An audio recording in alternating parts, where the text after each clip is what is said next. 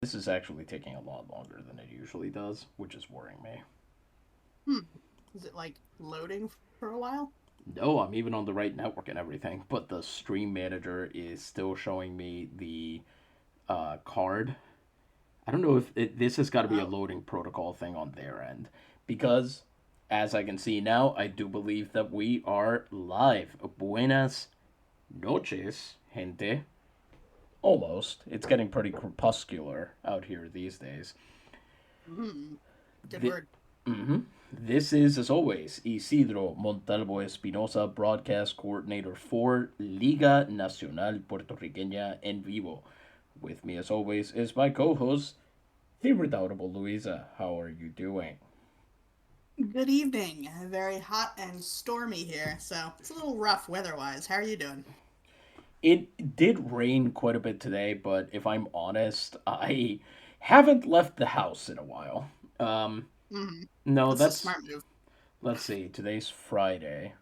I don't think I left yesterday, mostly because I was, in fact, busy assembling a project for the Liga Nacional Puertorriqueña. Hmm. But more on that later. Those of you who are subscribed on the, I always mess this up, Kofi? Ko-Fi? I still am not sure, but both sound good. Sure, why not?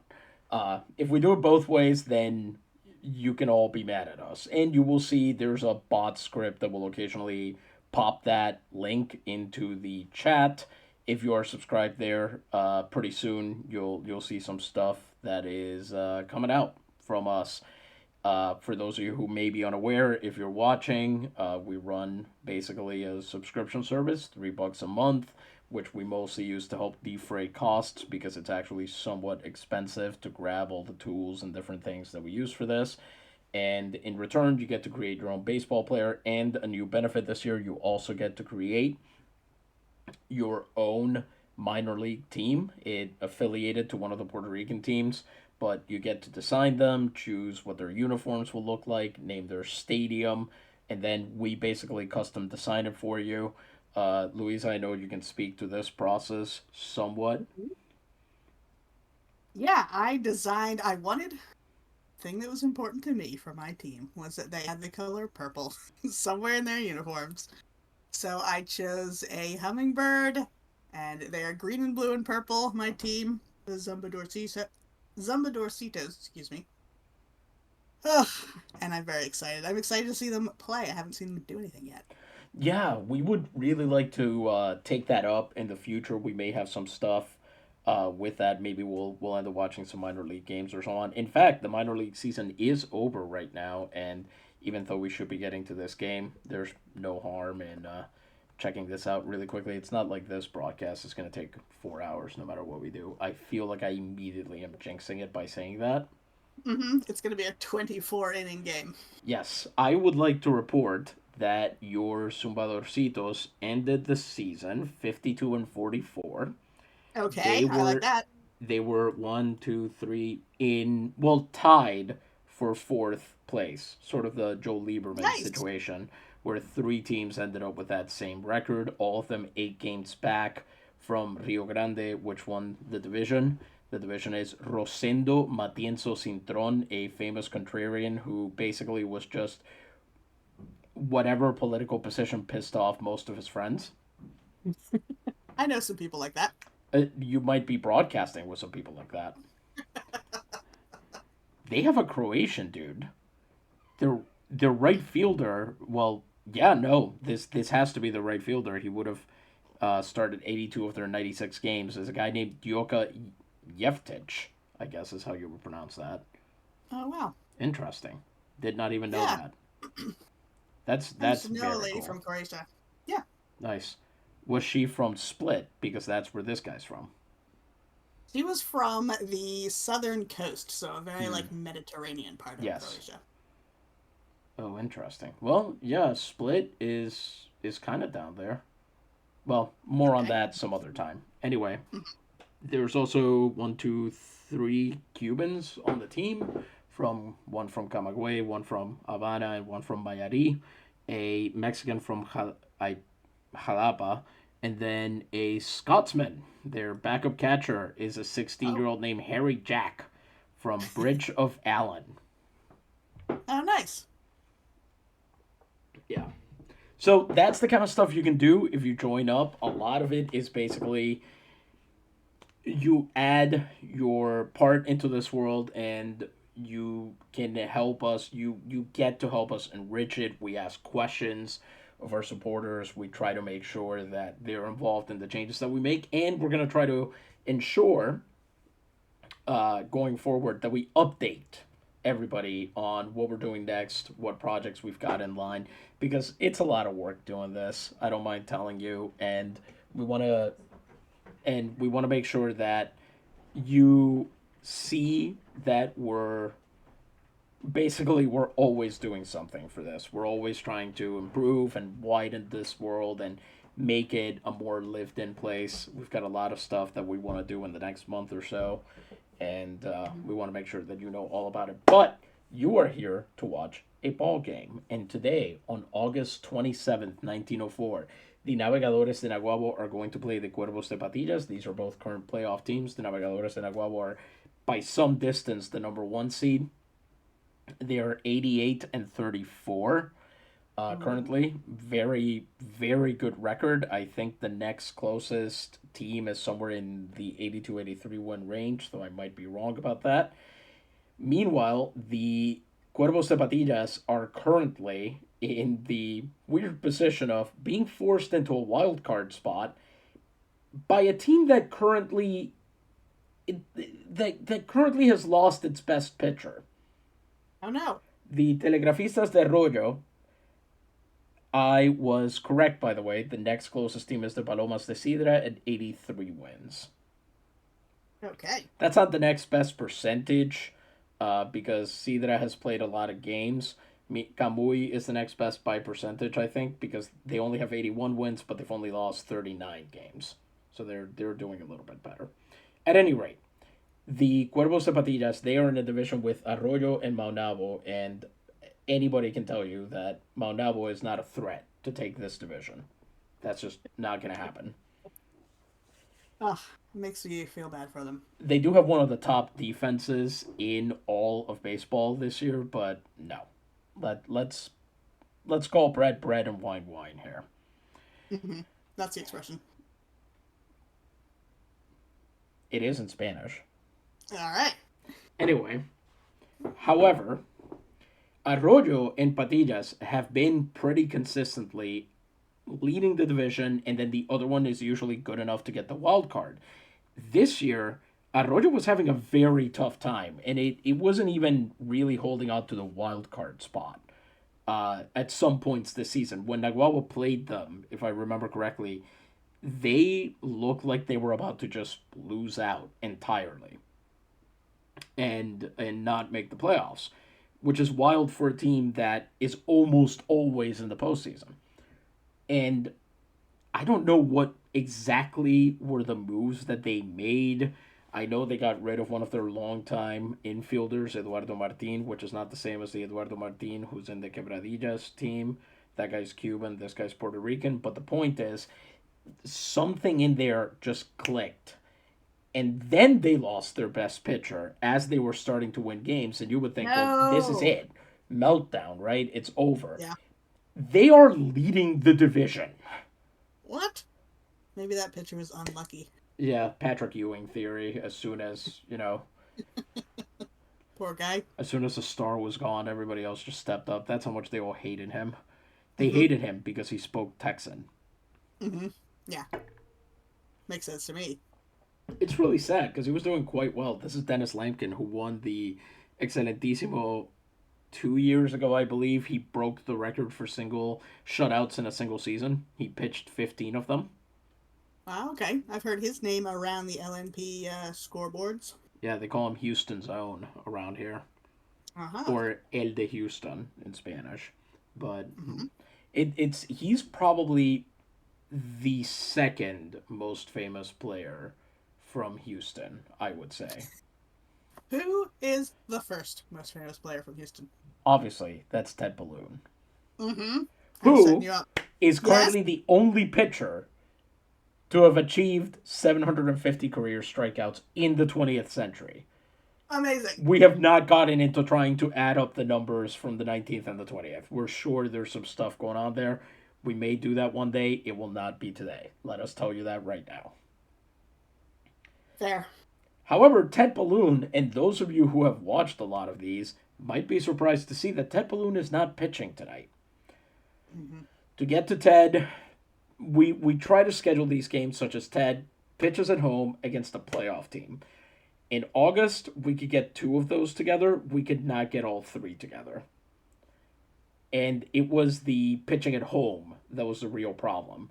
For whatever reason, when poor Quinlevin came back from the rehab assignment he had in the minor leagues, that messed up the rotation or something, and Ted is currently the road pitcher, or one of the two road pitchers, I should say. So, today instead, we are going to get to watch the second player of Slovak ancestry in Liga Nacional Puertorriqueña history, Jan Pajkos. In our reality, he would come to be known as Jack Quinn. He would not start pitching in the major leagues until another 10 years later.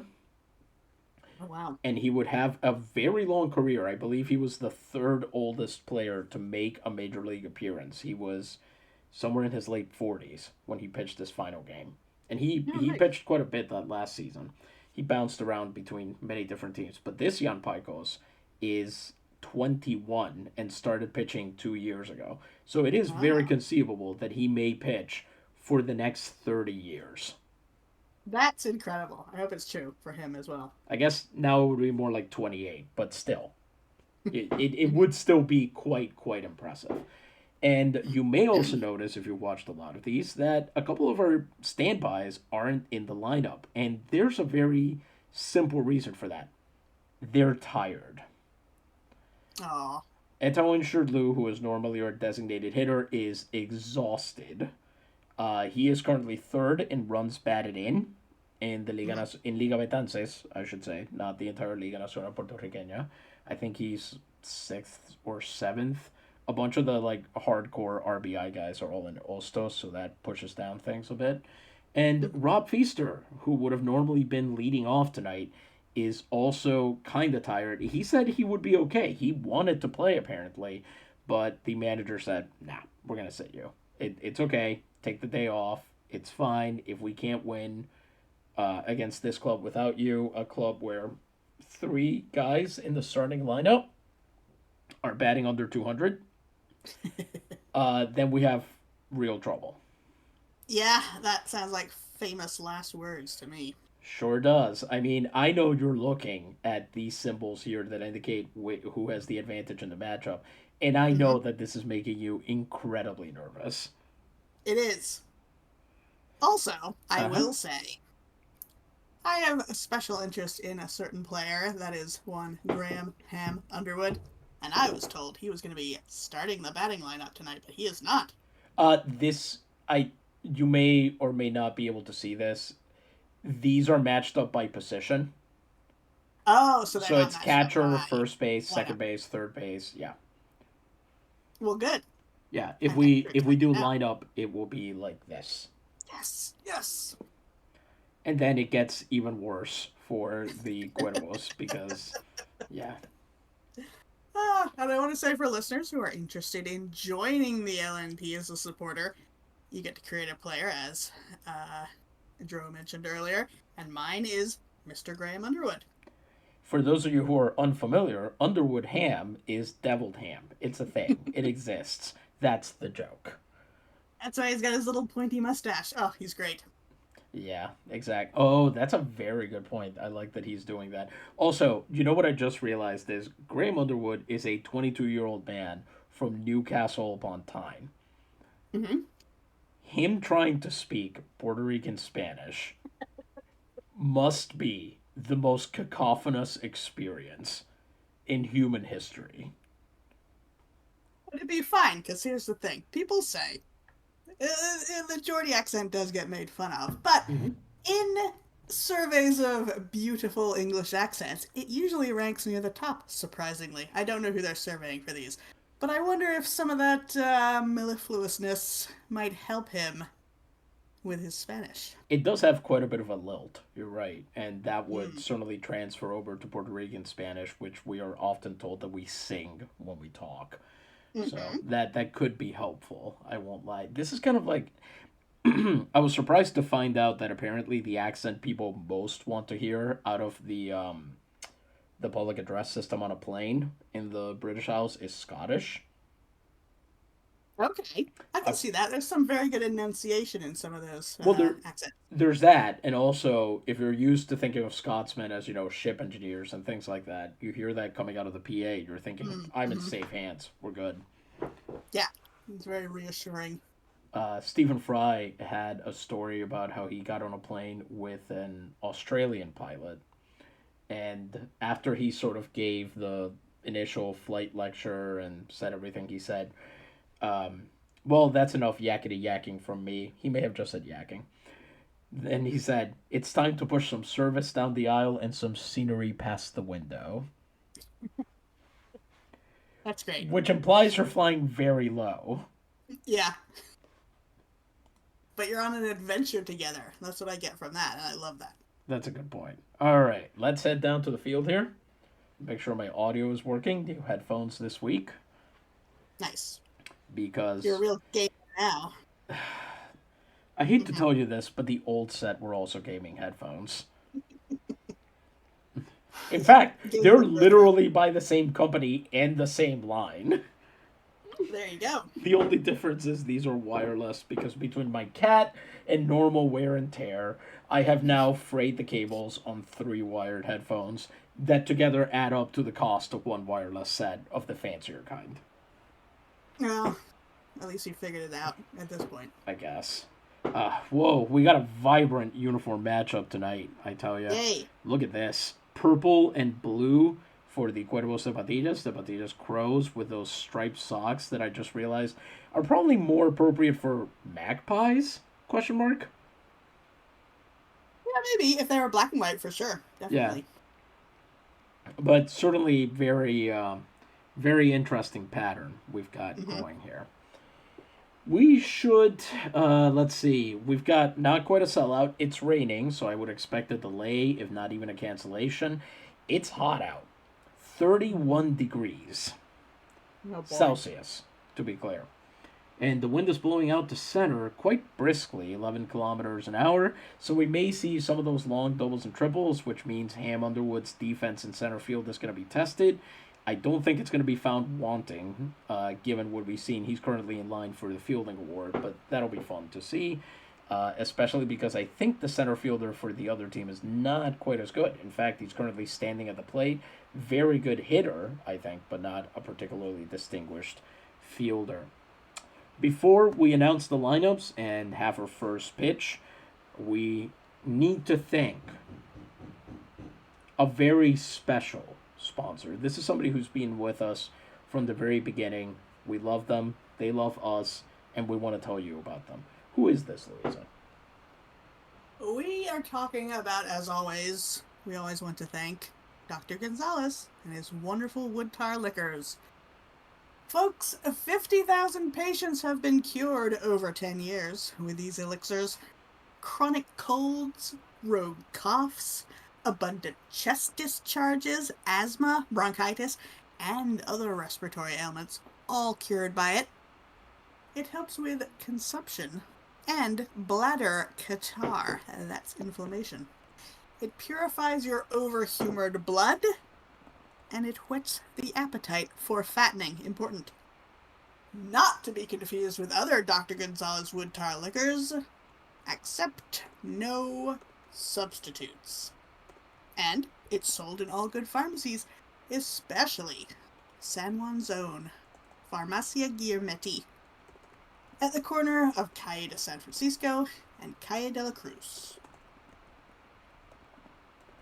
Thank you very much, Louisa. We're just going to drop a quick announcement. We forgot to send out the lineup card beforehand. And we want to make sure that if anybody wants to watch this game, they can do so. It's funny that the weather here is mirroring my own weather that's happening outside my window right now. Mm-hmm. Really adds to the immersion.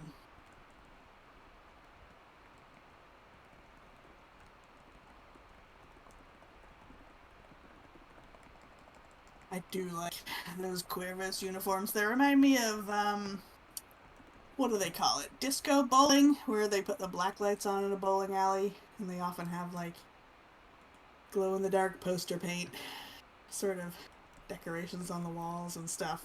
The They balls glow. go ahead, finish up. No, that's it. The balls glow. There is a barnstorming baseball team that is Oh, doing something like that. They're calling it Cosmic Baseball or something. With aha! yeah, that Do they play just inside? no. It's still at the ballpark, but I think they're using like lasers or something like that. Hmm. Interesting. And I'm then intrigued. it's the not the uniforms. Do they wear I, glow I, I sticks? think I Oh. think that's what they're. Sorry, no, I was right. It was. I think they're the way the fabric that they're wearing reflects that light or something. Actually, they might be playing Mm-hmm. in a roofed park. I'm not sure. But yeah, Well, I just. Mm-hmm. if you shine a black light on certain fabrics, it'll make them really glow. So I can see them Yeah, doing that. I would have to find the video again. This happened a while back, so Sounds fun though.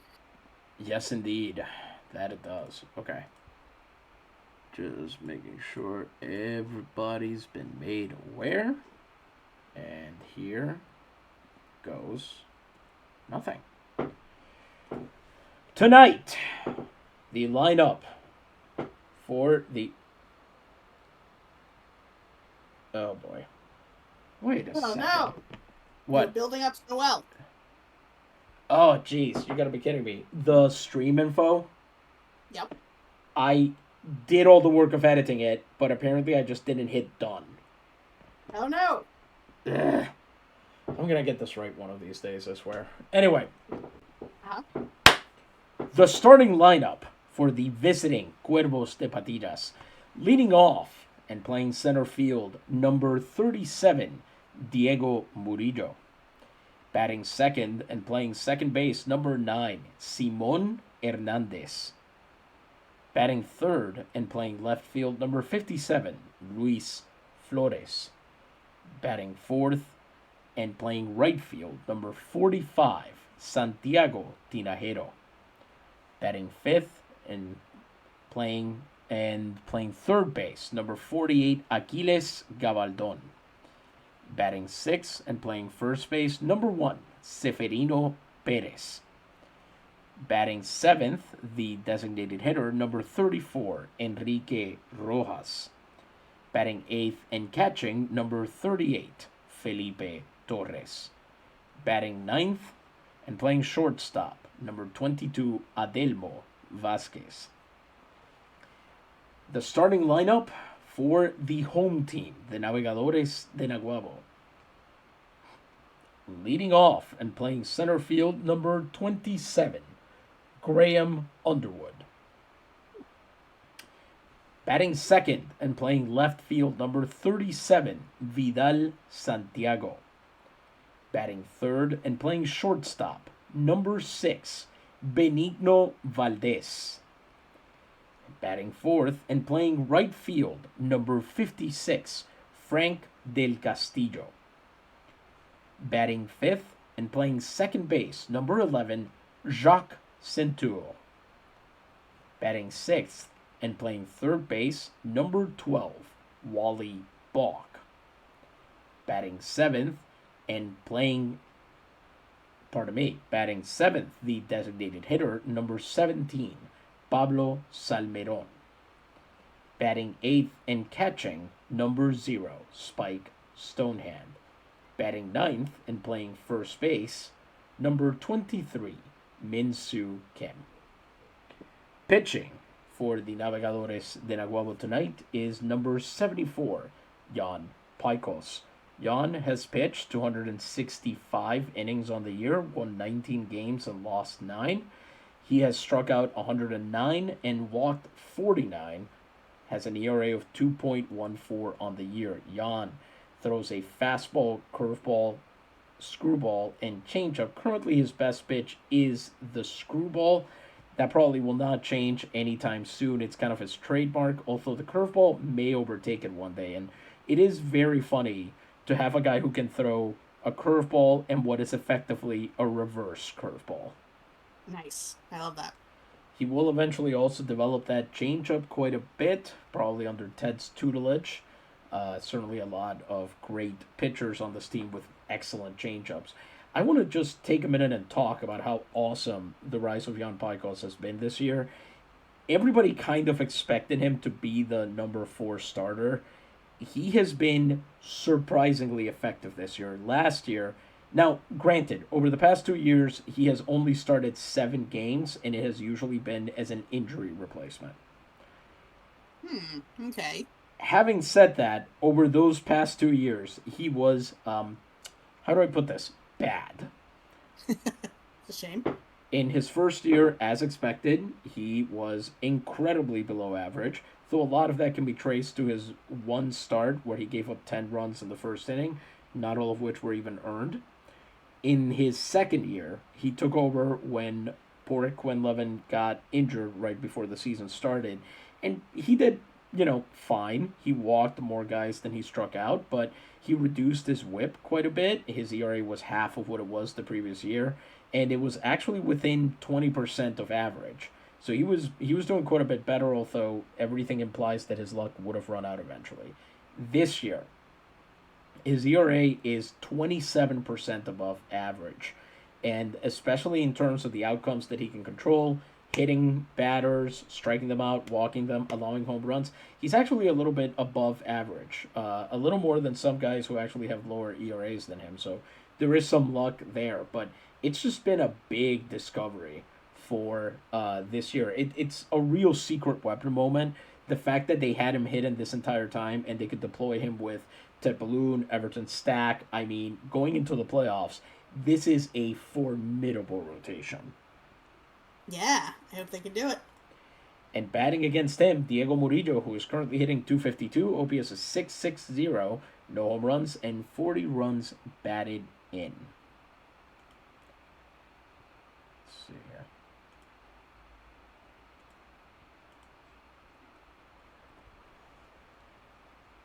There's nothing else to say. Diego Murillo is currently hitting about 247, just about average with all of those. Seems to be a pretty big spray hitter. Likes to be a little bit patient. Let's see what's going to happen. Ooh, we're back to the starting pan today. Nice. I want to see that grotto. Show me the grotto. I think it's taking that personally. It's slowing down. Ugh. Ooh. Oh! You just got denied. I can't believe it! First pitch is a curveball in there for a strike.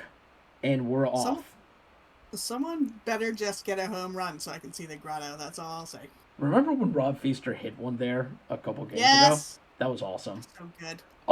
Full speed fastball right under the curveball for strike 2. Pajkos going right after his first hitter. He certainly seems to know he's on television. Curveball misses inside by a slight margin, and it's 1-2 now. I hope that any balls that go into the grotto get left there. Where did that miss? Another curveball. This one will be judged high. I could complain, but I'm not going to. 2-2 count now. Murillo grounds that one to second. Jacques has it, makes the throw over, and that's out number 1. I want to shout out Min-Soo Kim as well, playing first base today. Developing first baseman who was not supposed to be good on defense. How a young man, this man is 19 years old, how he makes it from Pyongyang in Korea to Naguabo, Puerto Rico is a story we have not uncovered yet. Mm-hmm. We're going to have to figure this out some other time. But he's actually been in his first season as a member of the club, not sitting on the bench, just kind of waiting to be called up. He's actually already hit 2 home runs. I don't know if you can see this, but that's more than anybody on the current lineup except for Wally Balk. Amazing. The only one who's hit more than that, I think, is Rob. Because he might be tied. He might also have hit 5. I'm not sure. That's great. He is predicted to be one of the most power heavy hitters in the league once he fully develops, and we cannot wait for that moment. Anyway, next up it's Simon Hernandez, who is hitting 232, OPS of 589, 1 home run, 46 runs batted in. Sure seems like my man should maybe consider changing the facial hair at this point. This year has not gone well, and he knows it. It does look very high maintenance. Mm-hmm. He is swinging 346 at that first pitch, so with 1 out and the bases empty, Pajkos tried to go for that little Ted Balloon changeup just below the zone, flirting with it, but he does not swing. It's 1-0. And he falls even lower with the screwball this time, 2-0. Rough pitch there. Got away from him. Fouls that one at the plate, a curveball that may almost have been ball 3 if he doesn't swing, but it's 2-1 now. Swings through the fastball. Pajkos is getting good swinging on that fastball. If he can set it up with his secondary pitches, this is going to be a good year for him. I mean, it's already been a good year for him, but it'll get even better. 2-2 count. Let's see if he'll finish him off here. Go for the heater. Grounded, this time directly to Min-Soo Kim, who cannot hold on to the wet ball. That's going to be an error. And that'll put a man on with 1 out. Hernandez, not the fastest man in the world. We'll see if they decide to challenge Pajkos. With Stonehand behind the plate, that might not be a good idea. Up comes Luis Flores. Fearsome contact hitter, by far the hitting leader on this lineup. Hitting 308, OPS of 772. No home runs, but 55 runs batted in. Puts that one right in the zone, I think. Yes, indeed, a fastball. That seems to be the only pitch he's consistently getting in the strike zone right now. Huh, and that's not even one of his best pitches, is it? Nope. And then he missed, so never you mind. He heard me. Yeah, you jinxed him. 1-1 count. Tries the pickoff throw to first. It's not in time. There will be 1 ball, 1 strike, 1 runner, and 1 out. So it's aces wild as we head into this next pitch. Flores hits that one too. Looks like it's going to be Valdez. Goes to second. Oh, another drop. Whoa. The rains already cost them 2 outs so far. Ugh, that's not good. You think they'd be able to handle wet conditions better, being sailing themed as they are? And from Puerto Rico, it rains yes. all the time. To be fair, many of the naves are from elsewhere in the world. True, but I mean, they've played together for 2 and change seasons now, so. That's true. At any rate, 2 on and 1 out, and this is the bat you do not want to face. If you're not that you want to face any batter when your infield can't get an out, but you do not want to face Santiago Tinajero, former Nobilissimo, unfortunately I don't have this data as at hand as I used to. We don't need to get into why. But let's see here. Tinajero, I do distinctly remember that he was chosen as Nobilissimo in 1895 when he was also the Valentissimo that year. He was an all-star that year, a campeón, also in 1896. In 1897 he wasn't, but he finished 3rd in voting for MVP. And if we were to look at him right now... So he's been around for a little bit. Oh, yeah. Yeah. This is going to be... He's currently at almost 7 years, which seems wrong. It should be closer to 9. At any rate, he also finished...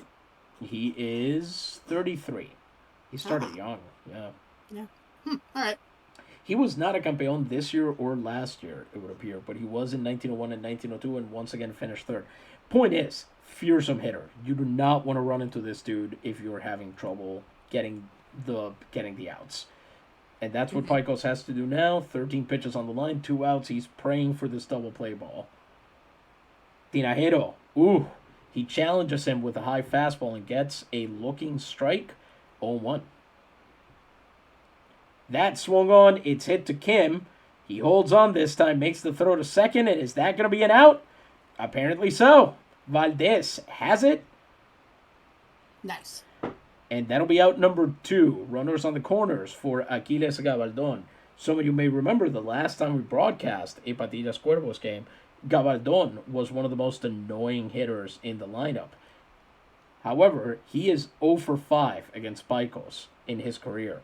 Currently, he's hitting .235 on the year, 612, 1 home run, 45 runs batted in. Let's see if Pajkos can make it 0 for 6. Once again, first pitch strike with the fastball. He is not letting up on them at all. That's got to be a strike 2, and he's got him in the hole. Fastball followed by a curveball. It's righty on righty. Are you gonna micromanage these guys today? I think I go fastball high and inside. Okay. And he didn't, and that's why he got ball 1. That's pretty bad. 1-2 count. Dear Lord. Fastball inside, but low. So it's 2 on, 2 outs, 2 balls, 2 strikes. Pajkos about to throw his 20th pitch of the game. Got him dotted on the corner.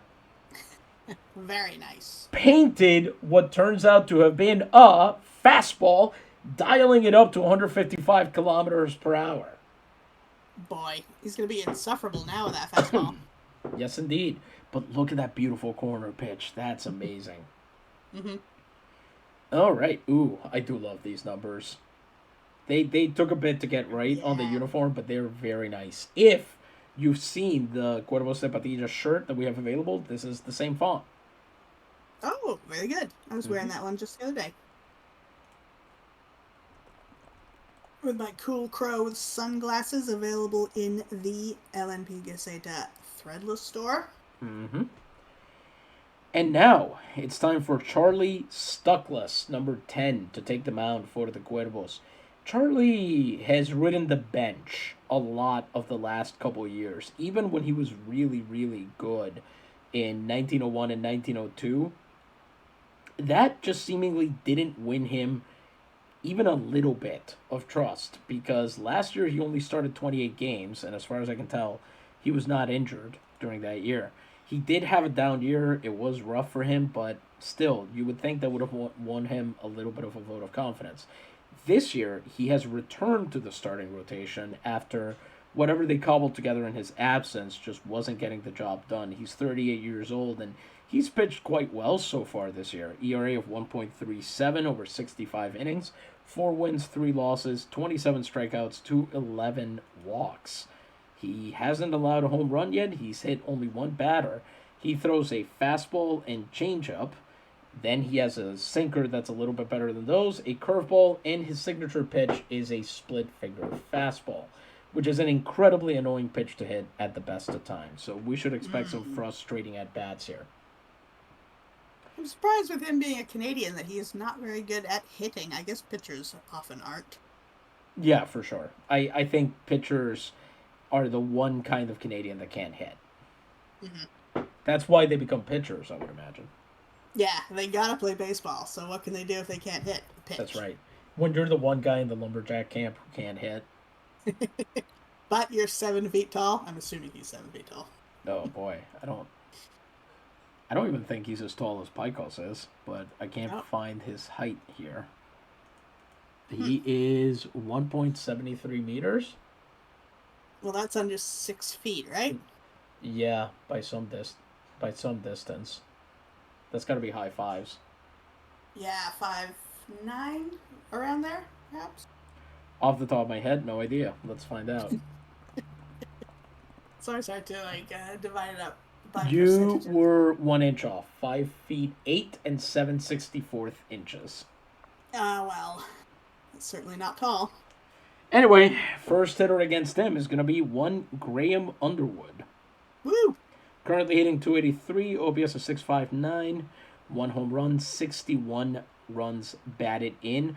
Ham has been bringing up the rear of the lineup a lot lately because they like to put a lefty in there to just kind of ambush opposing pitchers. He is kind of the prototypical leadoff hitter of the early 20th century. Low on base percentage, decent contact hitting, kind of puts the ball in play, and then expects to try and run out that infield hit. Very fast guy. That's what we want to see from him today. Mm-hmm. Stuckless' first pitch coming up in a second here. Underwood swinging over 350 at that first pitch.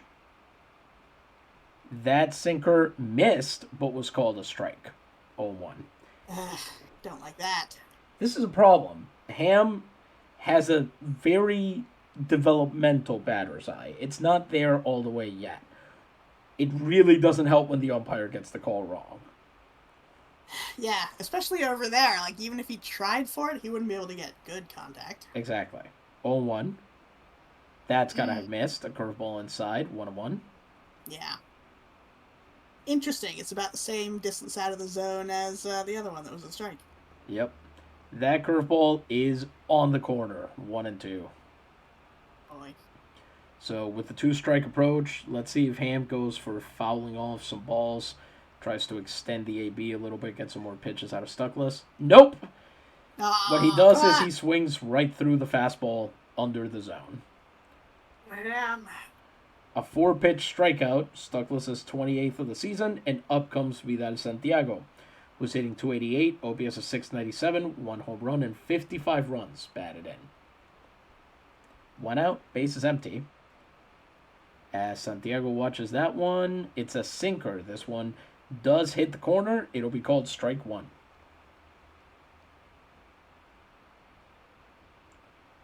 That sinker misses just under the zone. 1-1 now. Santiago watches that changeup. Missed the zone entirely. 2-1. The problem is that the key against somebody like Stuckless, as that fastball is called a strike, away, middle, is patience. And that's something that only a couple of these hitters have.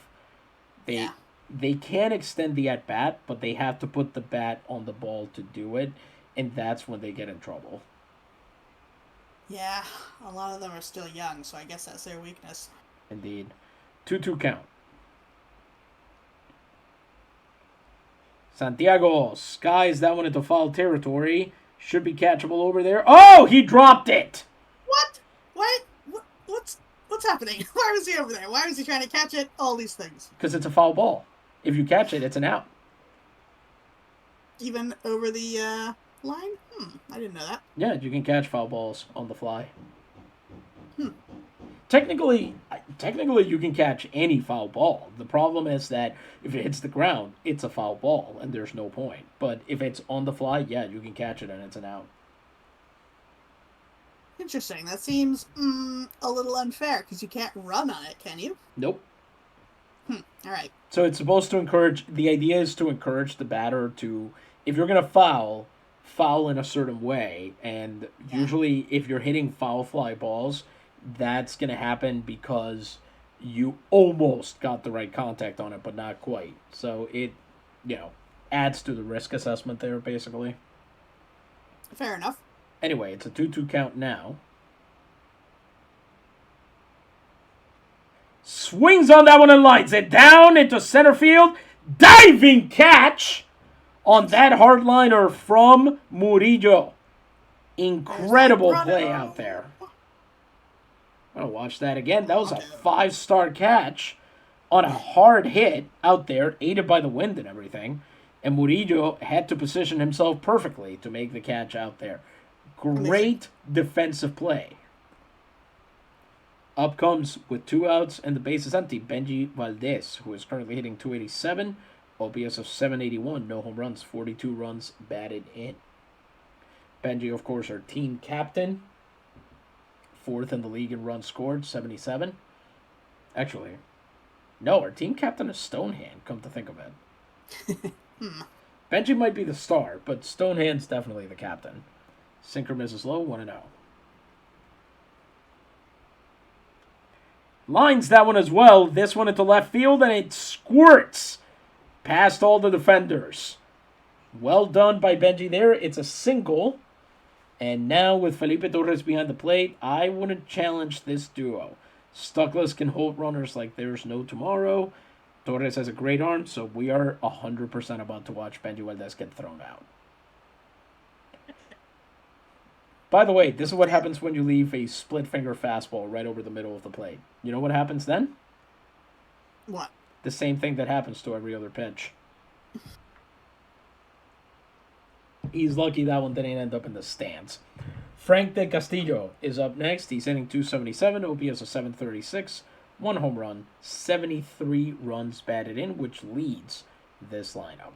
Frank had a tough first half of the season and then clawed his way back once he figured out he could still get voted campeón if he, applied himself a little bit more.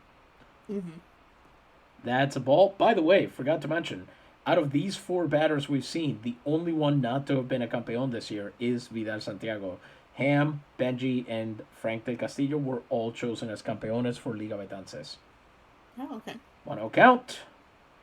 There goes Benji, and that throw is high and late.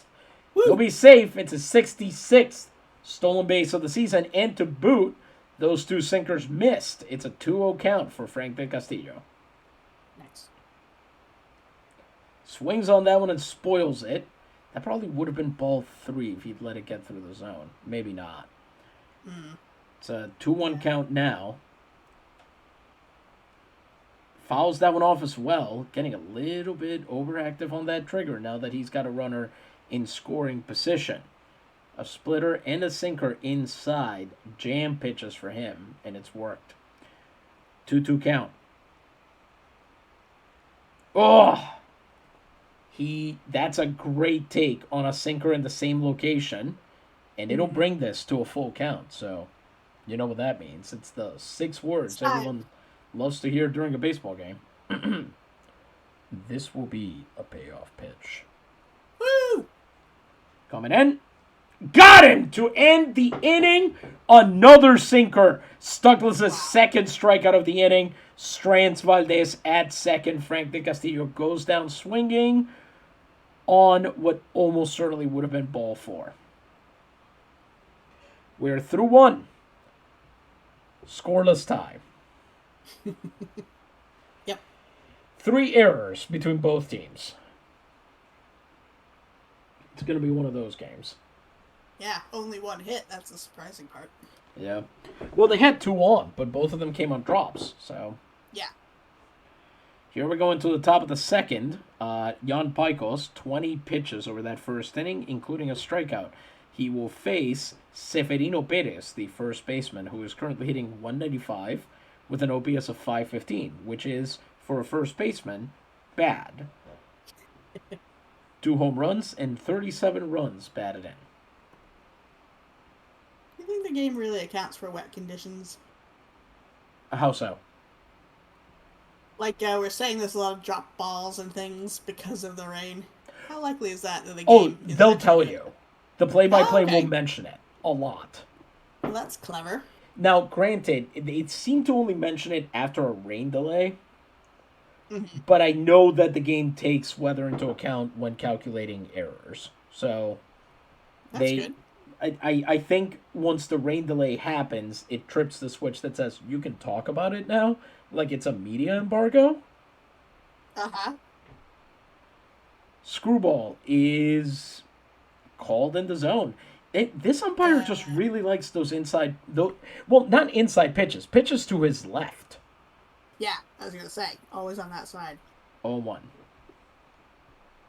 Always on that side. That's always a song about being an umpire. Sure. He missed with the fastball. 1-1.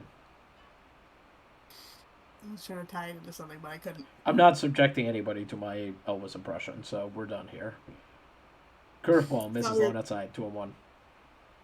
I thought we were doing Willie Nelson. Is always on my mind originally Willie Nelson? I don't know if it's originally his, but I certainly know him singing it. The version I've heard is Elvis, so... Okay. Yeah, 2-1 count. And never the twain shall meet. No. Probably not, no. Missed with a fastball. It's Jan Pajkos' first three-ball count here. He hasn't even come close. I don't know what's going on here. Somebody hand him the wrong baseball? That is grounded to Wally Balk. He's got it, pumps, and Kim holds on. It's out number one. Speaking of baseball trickery, I was going to say, Stuckless is a great name for a pitcher who's going to get embroiled into a sticky stuff scandal. Like, can you imagine the headlines they'd come up with? Yeah, that is pretty good. I'm assuming at this point it's just good practice to have a little bit of pine tar. I assume when he has a bad game. Well, we're in the spitball era, actually. This is when they were still allowed to mudball and do all sorts of things to it. Yeah, absolutely. I would have to imagine. To be fair, Stuckless is playing in Puerto Rico, but I imagine that when he was playing in Canada and had a bad game, fans would yell something like, more like strike less, and then they would apologize. That sounds about right. You know, he would be, I don't know if we've introduced new viewers to the fact that when you make it to third, there's a barrel of rum waiting for you to take a sip. That's so good. I don't know if we've mentioned that, and I don't know if we've mentioned that the Canadians have a similar tradition, and everybody knows what's coming. This is the most telegraphed joke of all time. But it's a barrel of maple syrup. I would hope, for their sake, maybe not for their sake, for our entertainment's sake, it would be whiskey that's been aged in maple syrup barrels. That would be so good.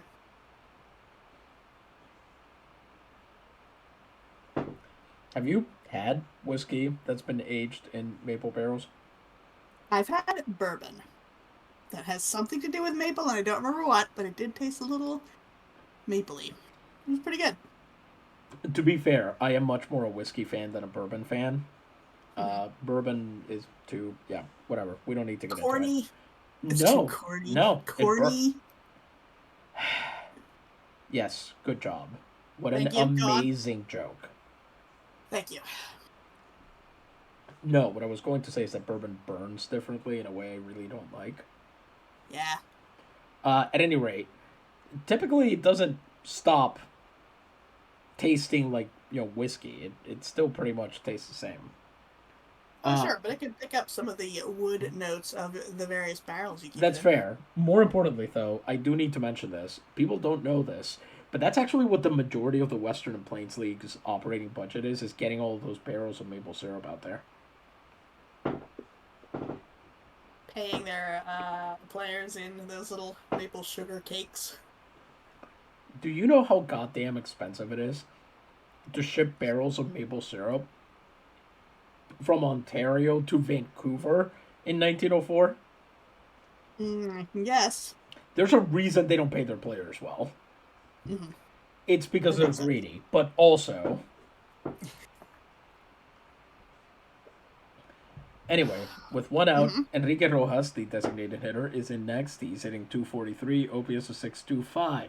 No home runs and 37 runs batted in. Enrique Rojas is also the name of a current baseball reporter. Ooh. Fastball misses up high, 0-1. He has to deal with some of the dumbest comments I have ever seen. That is lined hard into center field. Ham on the run. Oh, man. Which is a good Paul McCartney song. Oh, here we go. There goes the arm. He will throw it, and... Hold it a second? Whether that holds into a double or he never intended to move past second, I don't know. But in either case, it's a double.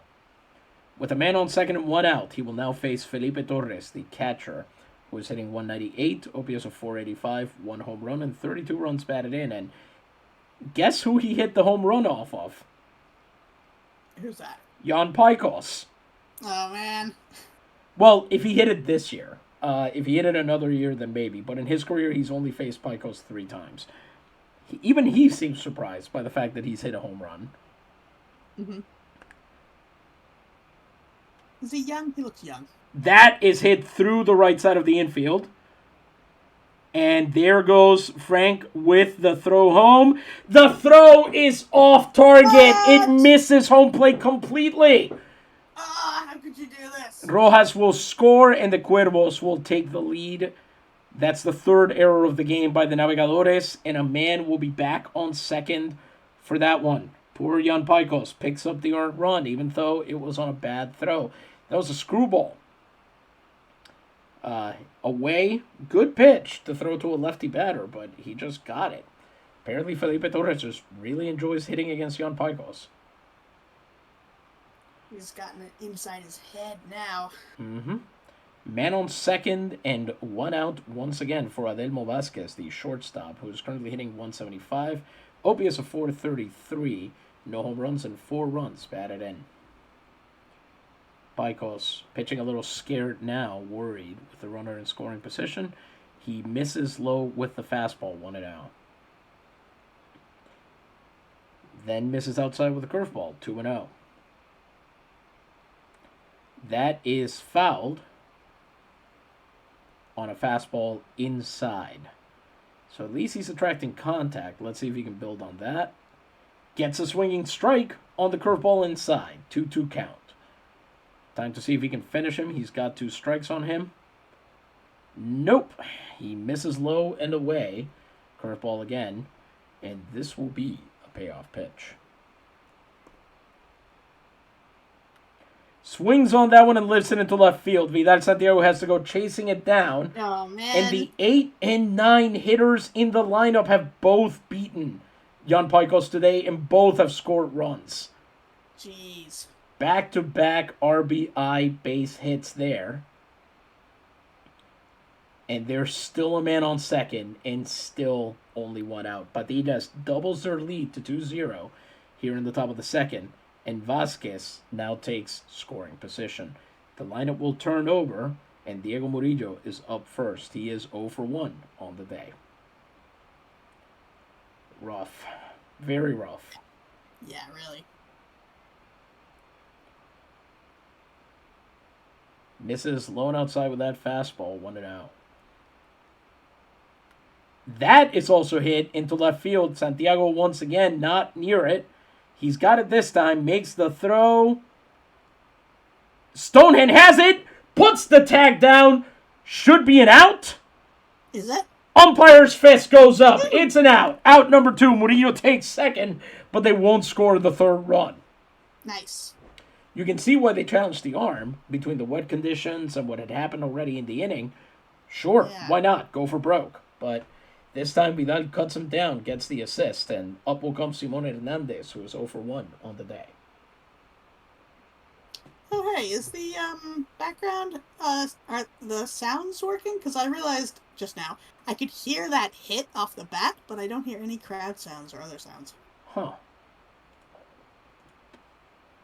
I'm going to do something here. Okay. Let me know if this improves the crowd sound for you. Okay. Is that louder? I still don't hear anything. Okay.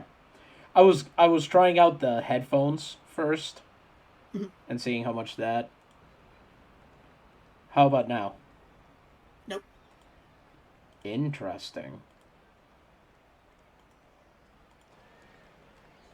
Still? I can hear something. Mm.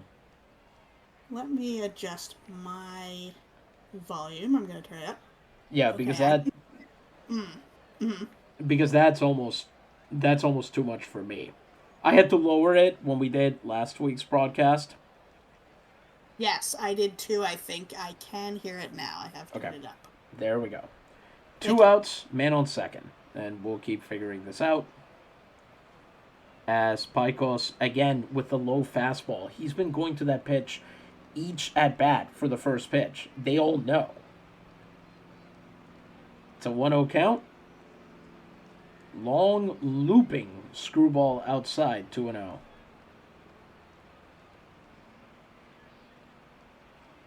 And misses low with the fastball again. Ooh, he is in his own head for sure. If you pitch like this, you're going to have a lot of trouble. It's a hitter's count against Hernandez. Pajkos about to throw his 40th pitch of the game. And it's a walk. 2 on and 2 out to face Luis Flores, who is 0 for 1. In his career against Pajkos, Luis Flores has had 5 at-bats. He's gotten 2 hits, plus that reach on error earlier. As Flores swings right through the screwball, 0-1. That was a good pitch because he really tried hard. Ooh. He did.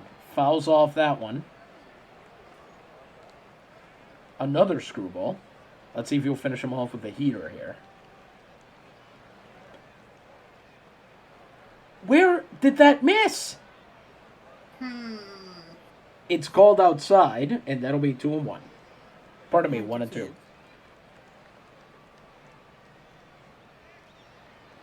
Swung on, lifted, foul.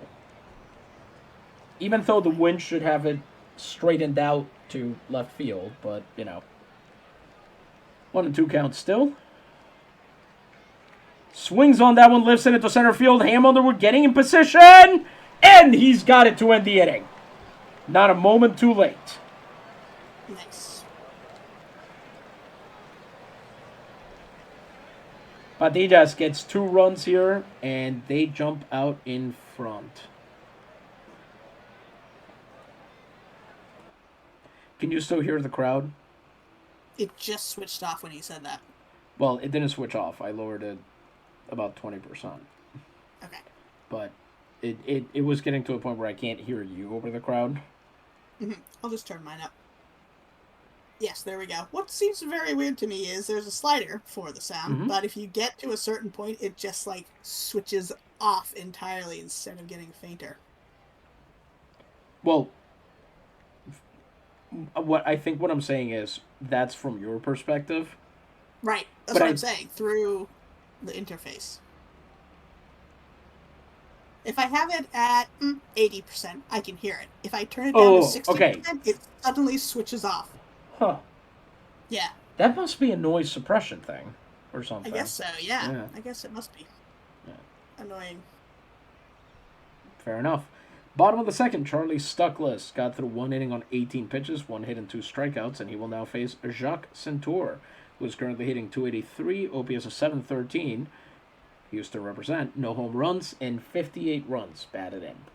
Nice. So he's fully recovered from his injury then, huh? Oh, yeah, for sure. Well, good. His injury, I think, was... Oh, you're saying because he's back in the lineup and everything? Well, yes, I know he was out for quite a while with an injury. That was last year. Yes, but it's not affecting his numbers. So it would seem so far. All right. Yeah. That's good. Centour, by the way, reaches on an error by Seferino Perez there. He dropped the ball behind him. And up will come Wally Bach, the human ripcord. Currently hitting .234, OPS of .639, 5 home runs, 53 runs batted in. And we would like to say, as we continue having to mess with this crowd volume because it is all over my headphones.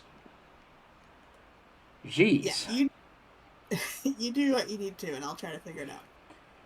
I'm very amazed at how quickly, from one moment to the next, it can just become torturous. Yeah, that's strange. Yeah. I don't know if it's like a specific sound file that's playing that does it. Either way. I would like to point out that Wally Bach might be the most successful example we have of a baseball ambassador. There are now, I believe, 5 players of Australian descent in the LNP, and that's not a country with its own league right now. Yeah, that's impressive. There's him, there's Lance Matheson on the Chupacabras. There is Ivan Peacock, who I think has not signed. He's a pitcher. He got released a while back, came back with a revamped pitch mix, and he's been trying to catch on. No team has made him the deal that he wants. There's another guy that I'm forgetting, and then there's Owen Gullidge, who is in the minor leagues for Naguabo. Plays right field. Anyway, 1 on, no outs. I think Centour is going to try a very ill-advised steal here. But I say that every time, so let's see. There is a pickoff attempt, but Centour is back in time.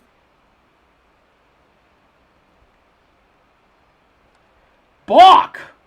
With a high shot into right field. Yes! Stuckless. And unfortunately, not in time. Tinajero has it easily. Darn. Centaur at least makes it back and avoids the double play. And up will come Pablo Salmeron. Pablo Salmeron, normally the backup catcher, is DHing today, replacing Etaoin Shrdlu. He's also a lefty. He is hitting .364, OPS of .841, no home runs, 35 runs batted in. In case you're wondering, yes, most of those numbers lead the club because, again, he's a backup catcher. This is a small sample size thing. But, yes, it would be very fun to watch him take Charlie Stuckless deep. I love his ridiculous facial hair. Lined through the right side of the infield. Nice. Centaur goes to second. We're going to stay safe on this one and just put 2 on with 1 out. Mm-hmm. 1 pitch. That splitter for Stuckless. That should be the perfect pitch against somebody like Salmeron. He just could not jam him. Up comes catcher Spike Stonehand, hitting .264, OPS of .661, 1 home run, 38 runs batted in. Another guy we kind of have to talk about, Stonehand, is hitting above average this year. Last year, his OPS plus, that's a measure relative to the average hitter, was 56. He was 44% worse than random baseball player number 200. Dang. This year, he's 7% above average. That's amazing. And it's almost entirely because he's controlled the strikeouts. He's striking out a lot less than he used to. Still a ton. But not even close. Was that his off-season focus to work on his hitting? Mm-hmm. Nice. And really specifically his 2-strike approach, avoiding the strikeout. That's what he was trying really hard to do. He's also already hit more triples than he has. He's hit as many triples this year in 94 games as he has in the entire rest of his career. Mm-hmm. He's hit 13 doubles this year. Over the past 2 years, he had 21. He's walked 29 times this year. That's more than he had in the entire rest of his career. His on-base percentage is over 300, for crap's sake. Amazing.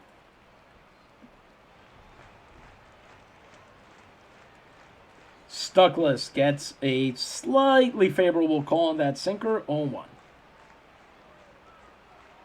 Sinker misses low and inside, 1-1. Sinker misses outside, 2-1. See, Stonehand, the Stonehand that we know and love would already be out. Yeah. And we say that knowing that he's one of the best defensive catchers in the game, but, like, this is incredible. Changeup misses inside, 3-1. Walked.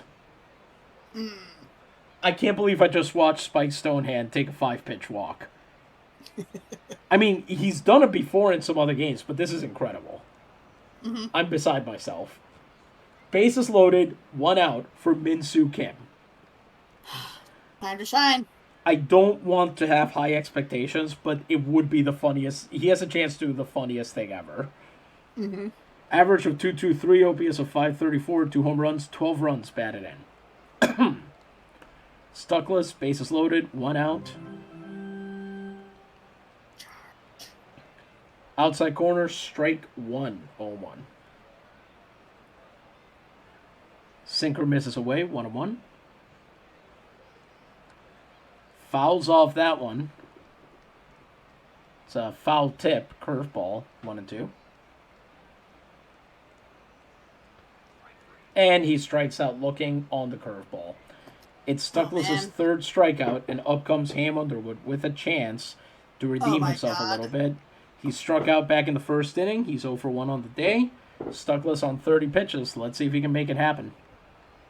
2 outs, bases loaded. He has to do it. Especially with this music. Yep. I mean, his name's already Ham. Of course he likes butt rock. That's a pork joke, people. Splitter below the zone, 1-0. Good take from Ham there. Oh! That's a wild pitch! Run will score! Centaur comes in. Salmeron will beat to third. Stonehand to second as the catcher can't quite bring it in. And Stuckless kind of looks like he peed himself. And now Wow. he and his catcher are merging into a hive mind to be more advanced and read each other's thoughts. They need to. They cut the lead in half on a passed ball, and now Underwood has an open right side of the infield.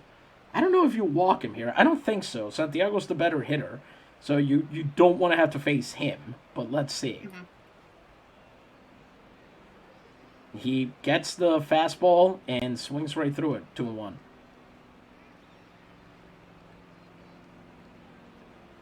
That sinker misses low and inside, and now it's 3-1.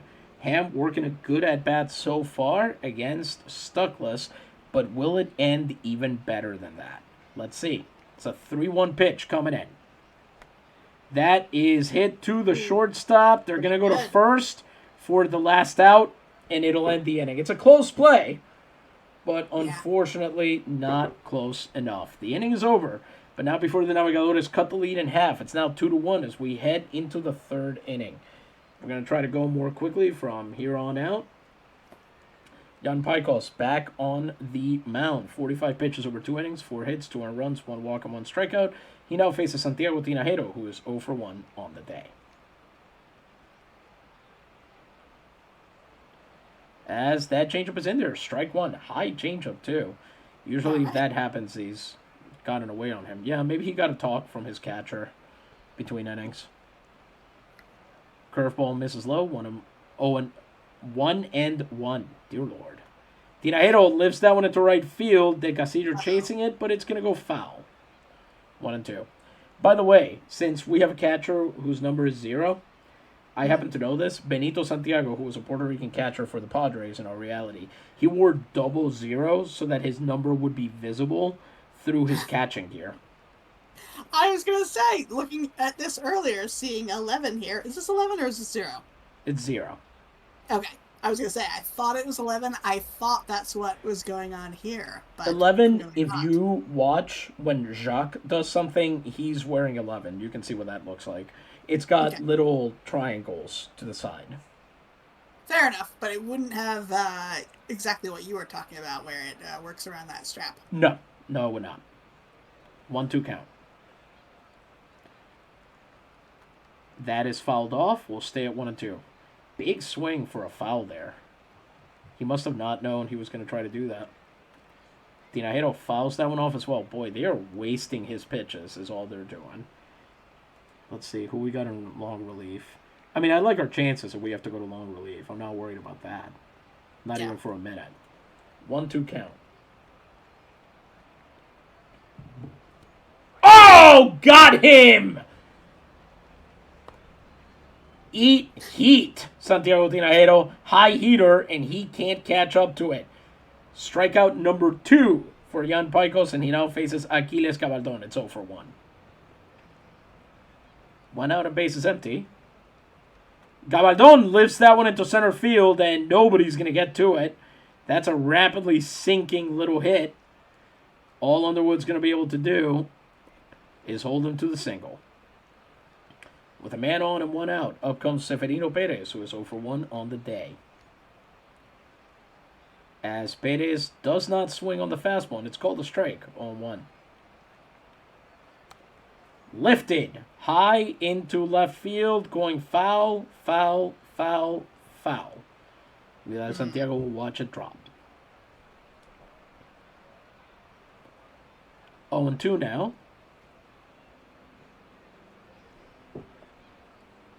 Again. Fine. 0-2 count. Or, pardon me, 1-2 count after that fastball is called a miss. He gets that one fouled. It'll be a last-minute swing there to avoid the strikeout. A fastball, 1-2. Got him! Another strikeout from Jan Pajkos. His third blows him away with a fastball, and he will now face Enrique Rojas, who is 1 for 1 on the day. This is where the nightmare started last inning. Mm-hmm.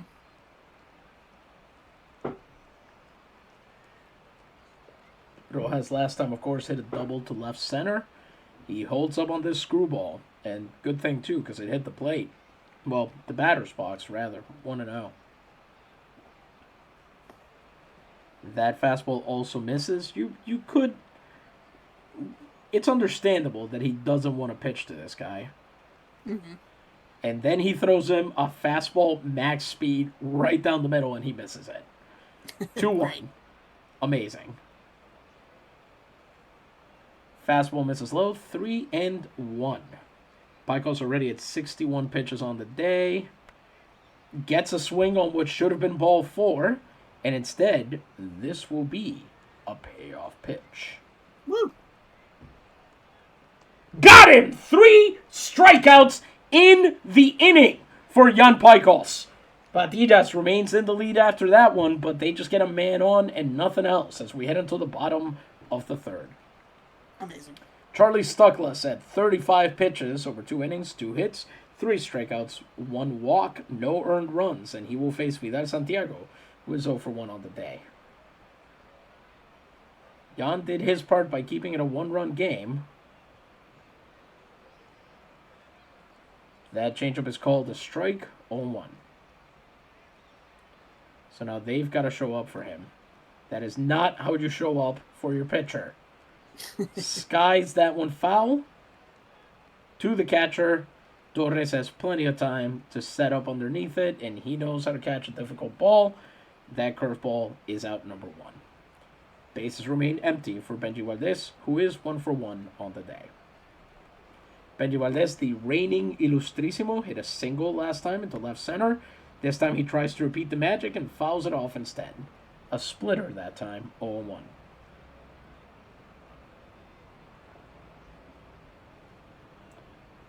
Watch as that sinker miss low, 1-1.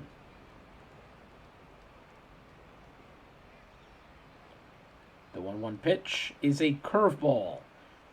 Should have been ball 2, but instead it's strike 2. The 2-strike pitch coming in for Benji. Skies that one at the left field. Should end up foul. It's not curving too well, but there it goes. Right there at the end. Past gentleman's point, so it's not caught. 1-2. A splitter again that time. A high splitter at that. Valdez watches that one, and it misses the curveball. 2-2. Fouls that one off as well. We'll stay 2-2.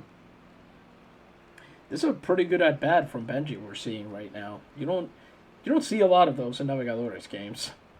Mm-hmm. You see a lot of unexpectedly quick outs. So we're big fans of what we're seeing here. A lot of wild swings. 2-2. Benji! Line shot center field. Murillo already underneath it.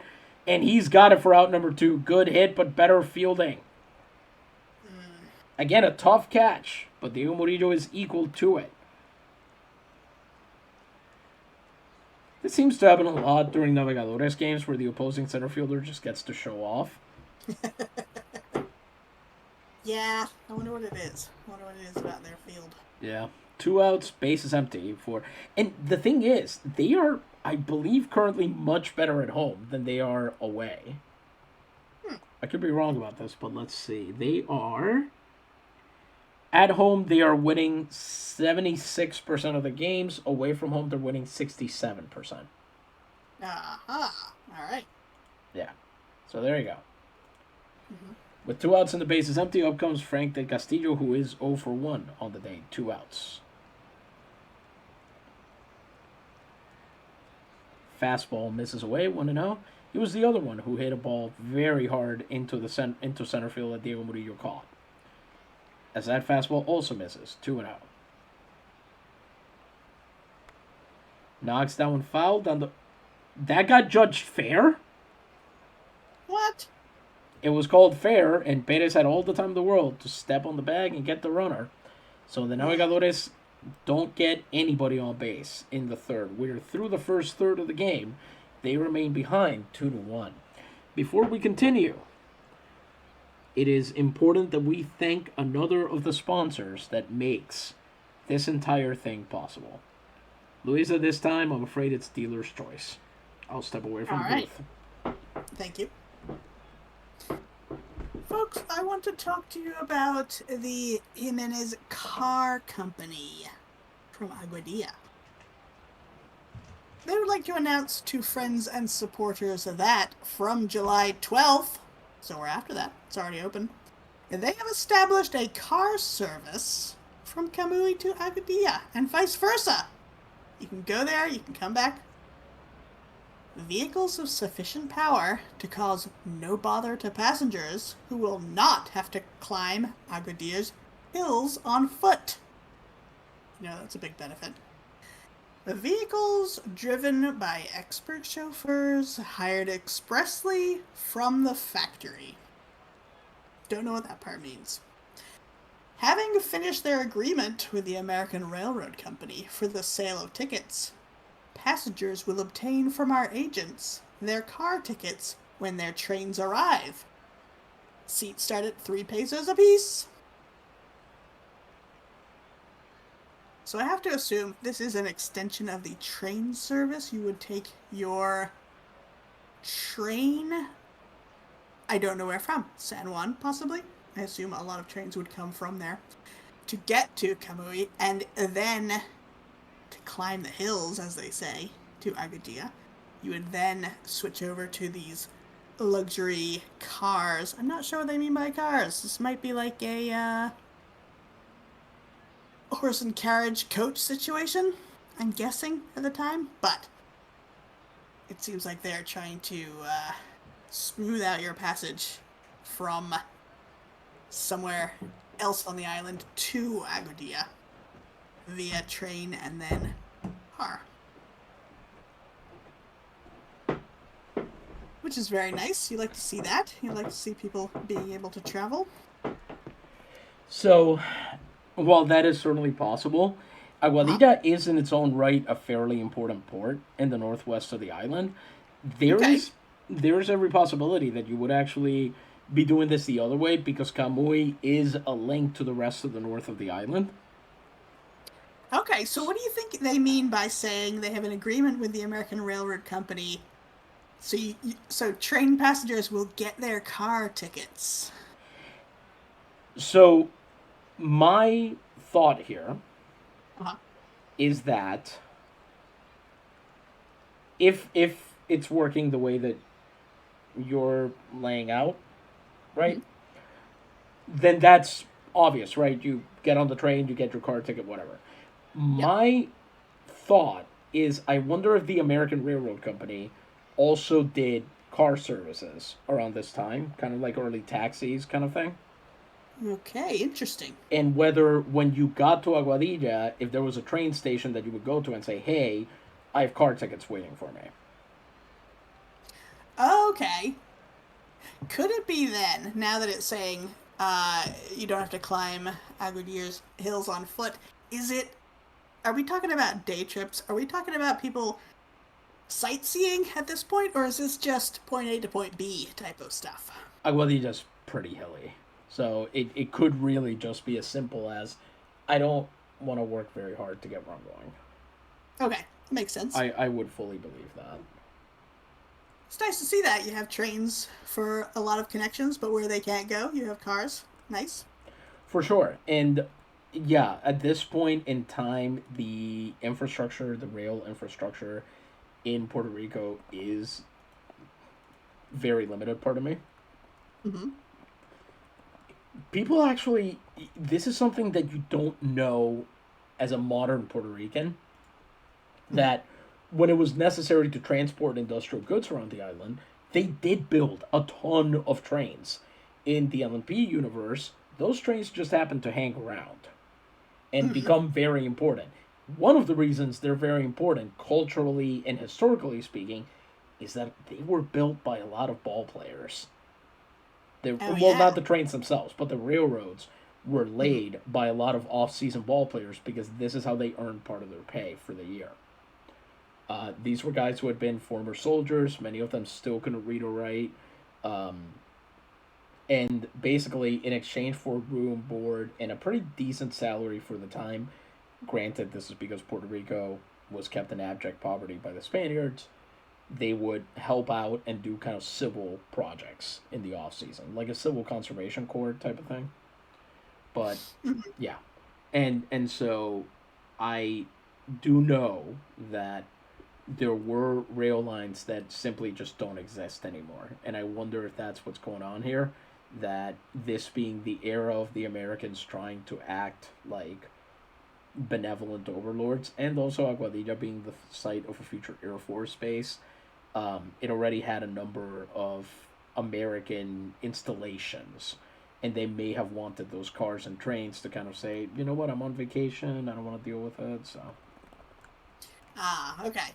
Well, it's not quite as a rosy picture of modern travel as I was imagining, but that does make sense. Yeah. We're just letting everybody know that what the score is as we're entering the fourth inning, so that they can see that their famous navegadores are currently behind, but only by 1 run. I know it's dangerous to romanticize things of the past, but man, old-fashioned trains with all that hand-carved wood and polished brass, ugh, those are really something. Yeah, up until somebody murders somebody Yeah, that's and true. on them, and then you have a problem. They take a curve too fast and suddenly 40 people are thrown out of a train. Yeah. Yes, also that true. Yes, also that happens. Hey, okay, here we go. Let's get back to it. Top of the fourth, Jan Pajkos back on the mound, 63 pitches over 3 innings, 5 hits, 2 runs, 1 walk, 4 strikeouts. He faces the 8-9-1 hitter, starting with Felipe Torres, who is 1-for-1 with a run batted in on the day already against Pajkos. That makes him 2-for-4, I believe, including a home run. Let's see if that's how Pajkos is going to pitch to him. He goes straight after him and gets a ball into the outfield. Frank is chasing it back from the warning track. He's got it. It's a one-pitch flyout. Exactly the kind of at-bat Jan needed there. Nice. He's being reminded here that Felipe Torres is, in fact, not a good hitter. Yeah. Adelmo Vasquez, who is also 1-for-1 with a ribby, is next up. He's hitting 167 away from home. Oh, man. 1 out, bases empty. Vasquez fouls off that fastball away, 0-1. Misses low with a curveball, 1-1.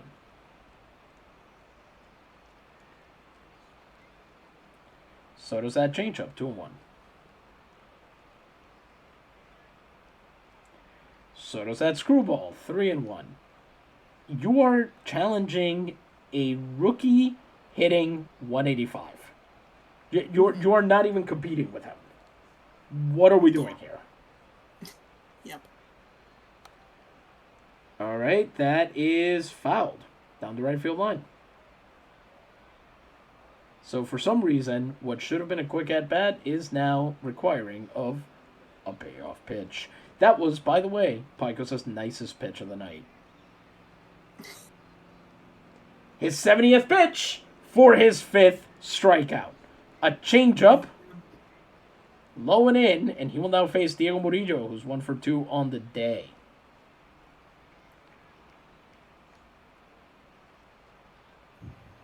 Fastball in there for a strike, 0-1.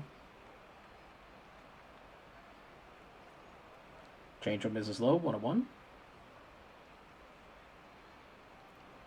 Fastball misses wide, 2-1 now. Screwball misses inside, 3-1. Boy, Jan, you really got to start throwing in the zone, buddy. And he walked him. Ugh, darn. That probably could have been strike 2, but okay.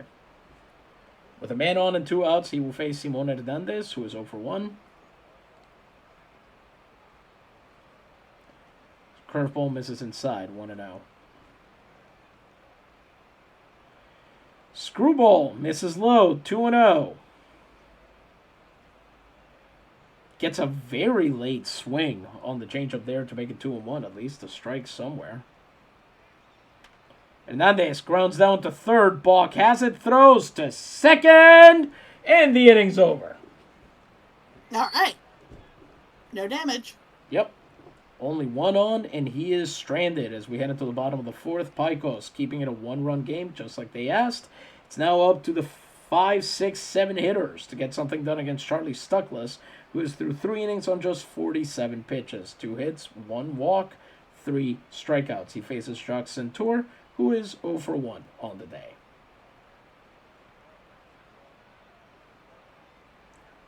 Splitter in there, strike 1. See what happens when you throw first pitch strikes? Sinker misses low, 1-1. Swung on, grounded right to first, and that's going to be an easy U3 ground out. Centur will be out, number 1, and the bases remain empty for Wally Balk, who is 0 for 1 as well.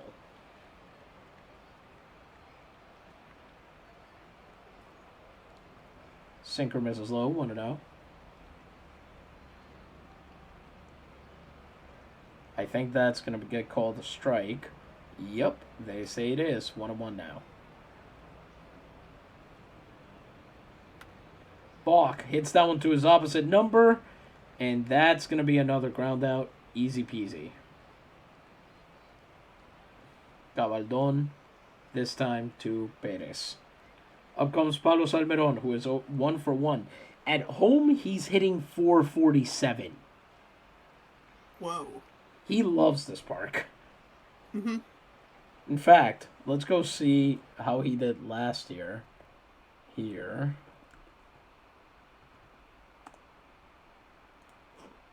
Last year he was... Where are we? Last year at home he hit .373. He's improving.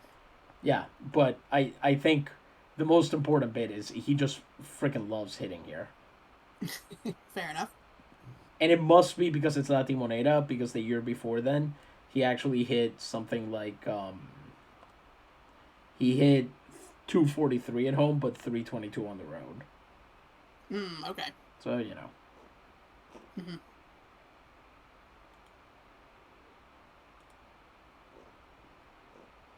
Alright, here goes nothing.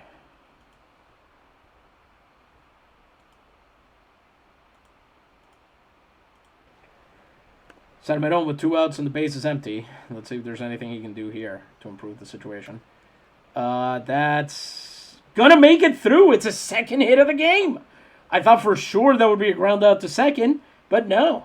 It's past the dive and into right field, and Salmeron is around first. He is now hitting an incredible .372 on the year. Dang. Up comes Spike Stonehand, who drew a walk last time he came up with a runner on first. He's hitting .383. 2 outs and a man on first. Not bad. Not bad at all. Swings right through the sinker. 0-1. Watches that sinker miss. 1-1. Swings on that one, lifts it into center field. Should be very catchable out there for Murillo, who's got plenty of time to sit underneath it and close out the inning. We're through 4, and despite another hit, the Navegadores can't get anything going here, not stringing those at-bats together. We head into the 5th. They are still behind 2-1. Jan Pajkos will be back on the mound at 79 pitches in the 5th inning. 5 hits, 2 earned runs, 2 walks, and 5 strikeouts. We're already going to be getting some guys up. Smart. Tomas Perez and Jack Catol will be entering the bullpen today. Luis Flores will be up. He's 0 for 2 on the day, hitting triple threes in the middle innings of the game. Slow roller to second. Centur has it. Swings to first. Beautiful sidearm throw, and Luis Flores is out on 1 pitch. The problem is he never seems to get more than one of those per inning. Yeah. It'd be nice if he could Yep. He will now. together. Yep. And he will now face Santiago Tinajero, who is 0 for 2 on the day. 1 out, base is empty. Tinajero watches that screwball, but it's in there. Strike 1. Swung on, and it's through the right side of the infield there. Nobody wanted to overrun that ball, so it'll be up to Frank to get it back to the infield, and it's a single. Up comes Aquiles Gabaldon, who is 1 for 2 on the day with a man on and 1 out. Let's see if we can find out anything about him against with a man on first. Mm-hmm. This probably would be faster if I just looked it up myself. Let's see here. Batting splits. With a man on first, he is hitting 278. Could be dangerous. Swings right through that first pitch. It's a fastball. He cuts on it, but can't get anywhere near it. 0-1. Screwball misses inside. 1-1. And then Pajkos attempts a pickoff to first. A pickoff? Oh, boy. Another one. But Tinajero will be back on both of those. And also on that one. Oh, hey, look. A throw to the plate. That one is fouled off softly away. It'll be 1-2 now. See if Pajkos can finish him off with the 2 strikes. Gabaldon grounds down to balk. He's got it. Throws to first. Can't outrun Tinajero, but that's out number 2. Tinajero will advance to second on the fielder's choice. And with 2 outs, he will face Severino Perez, who is over 2 on the day. Swung on, hit right to balk. He's got it. Makes the grab, throws to Kim, and despite the hit, the Cuervos can't get anything going here in the top of the 5th. Tinajero is stranded at second. They remain in front 2-1 in what may or may not have been Pajkos' last inning of the game. Perez and Cato will sit while the opposing team pitches. Stuckless is back on. He's through 4 innings, 57 pitches, 3 hits, 1 walk, 3 strikeouts, and he faces Min-Soo Kim, who is 0 for 1 on the day. 57 pitches and no one on. What is that a reference to? The Bruce Springsteen song, 57 Channels and Nothing On? Is that the name of the song? I don't think so. That's definitely the lyric, though, that he says Okay. a lot in it. Of course he does. You know he's officially a billionaire now? People have been complaining yes. about the high prices of his tickets for the last, 2 years, and everybody's always like, no, it's fine. He deserves it. And now he's actually one of the people that we have to hate. Why did he let this happen? He didn't have to get to this point. We all know. Because, as I once heard him say during a recording of his live performance in Hyde Park in London, immediately after the line, somebody get me a fucking elevator. Uh-huh. He's fucking 60. He actually said that 15 years ago, so he's 75 now. Yeah, but you didn't have to, millionaire. You're gonna side-eye a millionaire, but, that's... We'd all like to have $1 million, but $1 billion? Come on. Yeah. Very unfortunate. 1-0 count.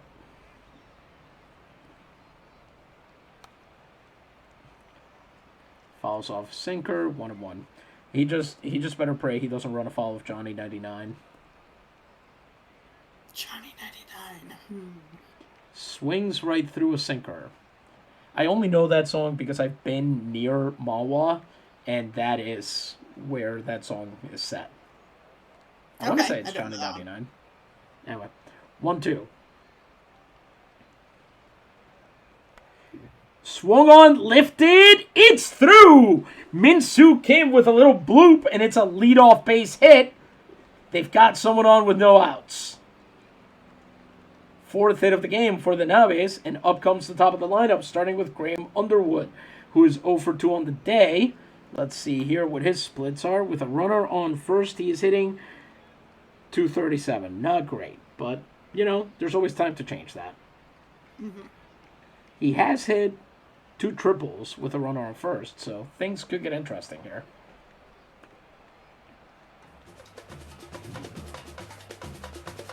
Things are getting interesting. Yeah. Percussively. As the bongos start to go off, that's a fastball, down and away, 1-0. Swings on that one, it's into left field, running grab from Luis Flores, who extends that one so he can show off a little bit. It's ruled a catch, and apparently manages to scratch up his left leg just the tiniest bit. So it'll be out number 1, and Vidal Santiago will be into bat. He is 0 for 2 on the day. Again, La Timonera just loves to be the hostess for opposing outfielders pulling this crap. It's a shame. Yes, indeed.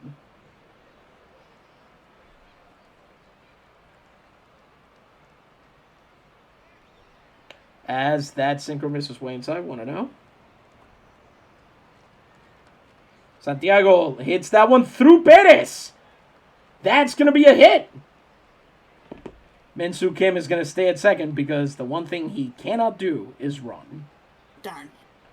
And up will come Benji Valdez, so it's 1 for 2 on the day. He's hitting .360 in the middle innings of the game. He is hitting with runners on first and second. He is hitting .263, OPS plus of 120. Let's see if this is going to happen.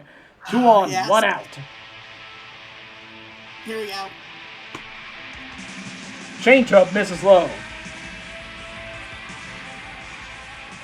This is why Ham didn't get that hit into left field, because this didn't play.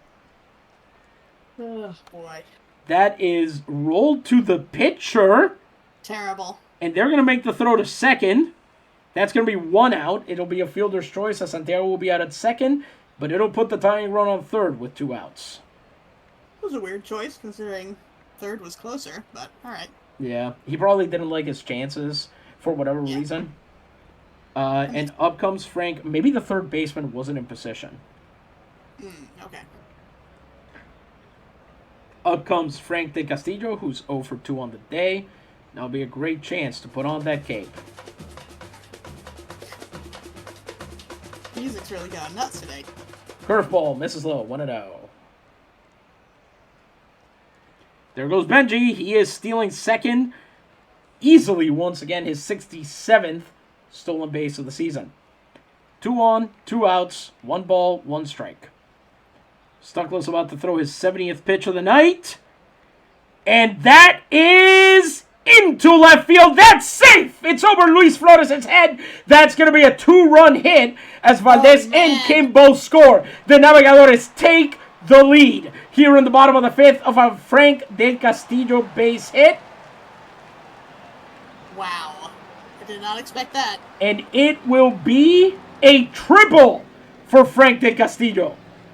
Oh, man. The Navegadores are ahead 3-2. Frank De Castillo with 75 runs batted in, and he takes the lead cruelly from the Cuervos here. Snatches it from them with 2 outs and puts himself on third with a chance to be the insurance run if Jacques Centur can come up big here.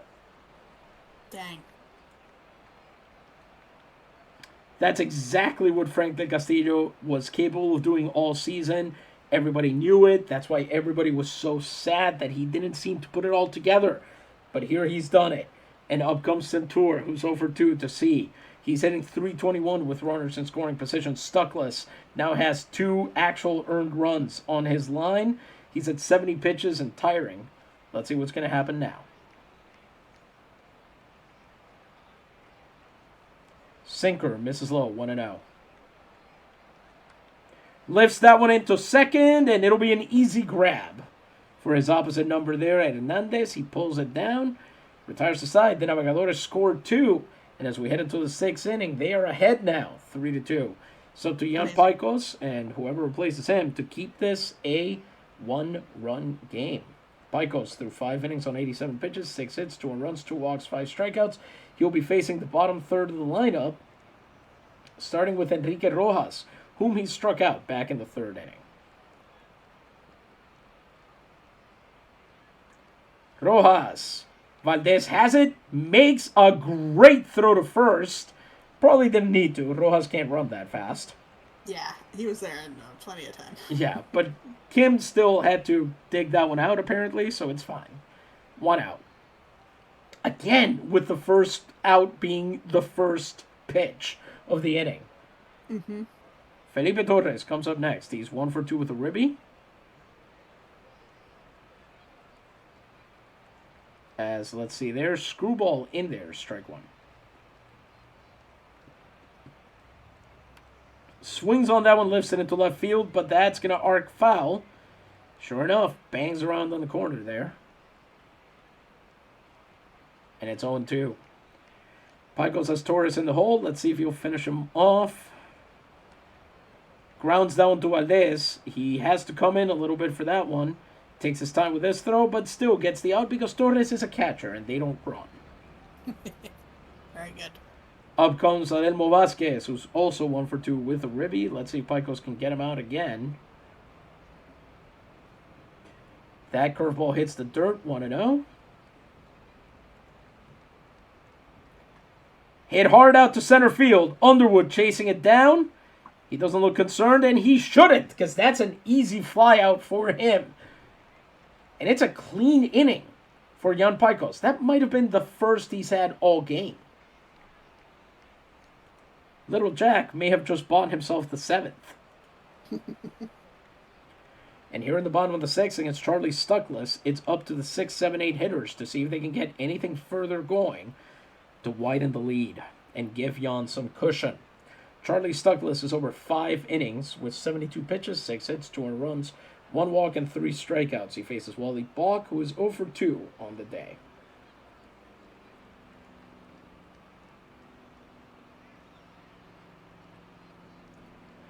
Curveball misses the strike zone. That's ball 1.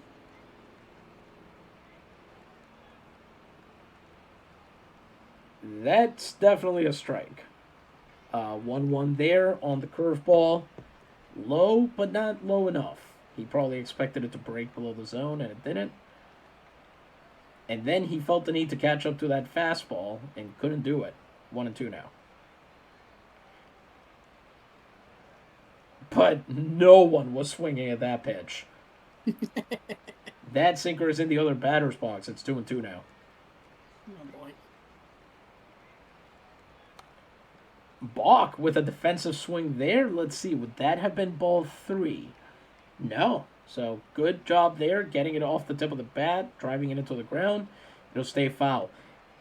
Wally has 1 hit in 11 at-bats against Stuckless, by the way. Here he goes again.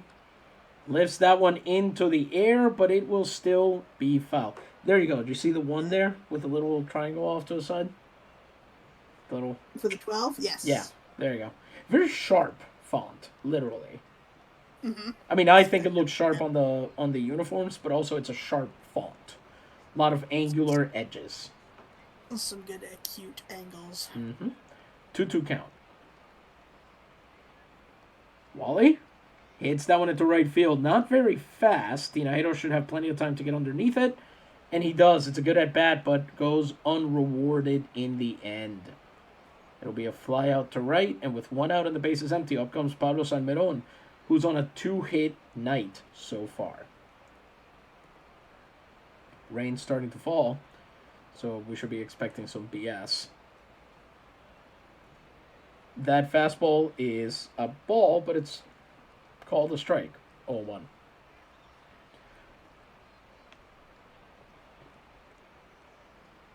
Sinker misses away. 1-1. Oof. Not getting his third hit of the night like that, he's not. Skies that one. It's a big can of corn over second base there. And Hernandez has plenty of time to catch it. Out number 2. Bases remain empty for Spike Stonehand, and we're going to put Catol and Perez back in the pen just in case. Stonehand is 0 for 1 on the day. 2 outs, bases empty. See, they're going to call that splitter a ball, 1-0. He doesn't go on the sinker, 2-0.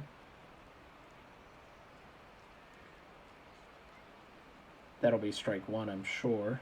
Sinker inside, yes. 2-1. That's going to be a ball. And sure enough, it is. Umpire working well with Spike's strike zone.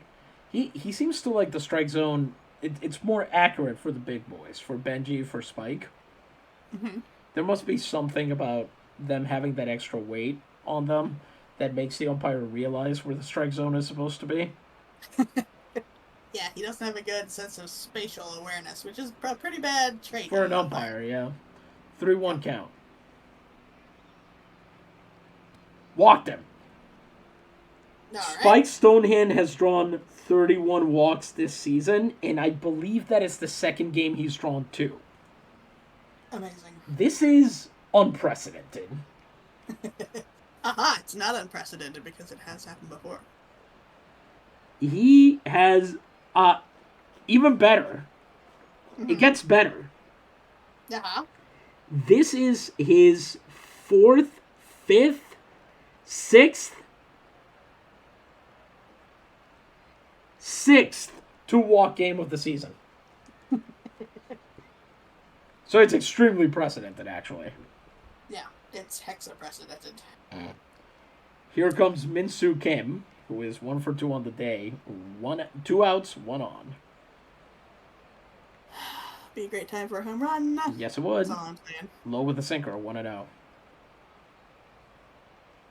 Swings right through a splitter that would have been a strike anyway. But no need to tell the pitcher that. No need to give it away that it would have been one. Why would you do that? Come on, man. Pardon me. Somebody needs to get blocked.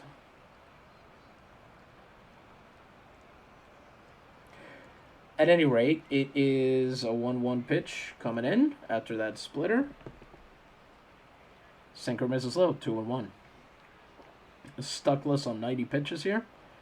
Cam, of course, had that single back in the 5th. This time, is that a base hit? Min-Soo Kim with his second base hit of the night off the tip of the bat. What the hell was that? It's very good. This man might be a hitting savant because I don't know how that happens. Oh, good. So good. It's excellent situational hitting. How that physically occurs, I have no idea. Anyway, 2 on, 2 outs, and out comes Graham Underwood, who's 0 for 3 on the night. Yay. Sure can make your creator proud here, Ham. Yeah. Come on now. Here we go. He hit it hard, but too far inside. 0-1. Yeah. The crazy train didn't help. Swings through the splitter. 0-2. Come on, man. You can do this. Swings on that one. That's a base hit. Woo! That is going to load the bases because we are not, no matter how crazy we get, we're not running Spike Stonehand home. Yeah. That's just not going to happen. No way. Up comes Vidal Santiago, who's 1 for 3 on the day. Bases loaded and 2 outs. Let's see if they can get any runs in, as Stuckless seems to be somewhat fading. Oh, man. Swings on that one down the third baseline. Gabaldon has it, steps on his own bag. And that's the exact one pitch out that you really did not want to see here to strand the bases loaded. The score remains 3-2. But for how long? How long? So close. So close. Before we continue with the game, as we enter the 7th inning, and the Navegadores remain in the lead 3-2, we all remember that electrifying Frank Del Castillo triple that scored the 2 runs to take us to the lead. But now I'm going to let Luisa tell you about something even more electrifying. I'll be right back. Thank you. Folks, I want to tell you about the Electric Light SA. That is the, I'm going to try to pronounce some Spanish here. Please bear with me. Sociedad Anónima. The Anonymous Society. And this is a 24-hour service. Current continues at low tension. There is no danger. Many questions are being raised by our "there is no danger" in bold in all caps with an exclamation point, but it's already answered. No danger. Installation services are available for individual houses, public lighting, fans, and all kinds of engines. Imagine. Specialty in generators for electric lighting for town centers and haciendas. Constant existence of electrical fuel at prices equal to New York. Can you imagine? The glamour of paying the same amount for your fuel as they do in New York City. Care, speed, punctuality. Those are their watchwords. Plus, the materials are some of the best made. Call by phone, and you will immediately have our employees to satisfy your needs. The office is in San Justo, number 9, P.O. Box 475. Jaime Cifre, Administrator. I'm so curious about what type of fuel they used, how generators worked at the time. Fascinating stuff. Services available for individual houses. Would this be an early adopter, sort of novelty thing? If you had your house wired up for electric lights, but you had to keep a generator running at all times? I don't know. Don't know how that would work. Public lighting. That makes a ton of sense. Fans. Oh, imagine. Imagine living in a world with no air conditioning, first of all, as it's so hot right now. And no fans, even. No electrically powered fans. Good lord. What a revelation those must have been.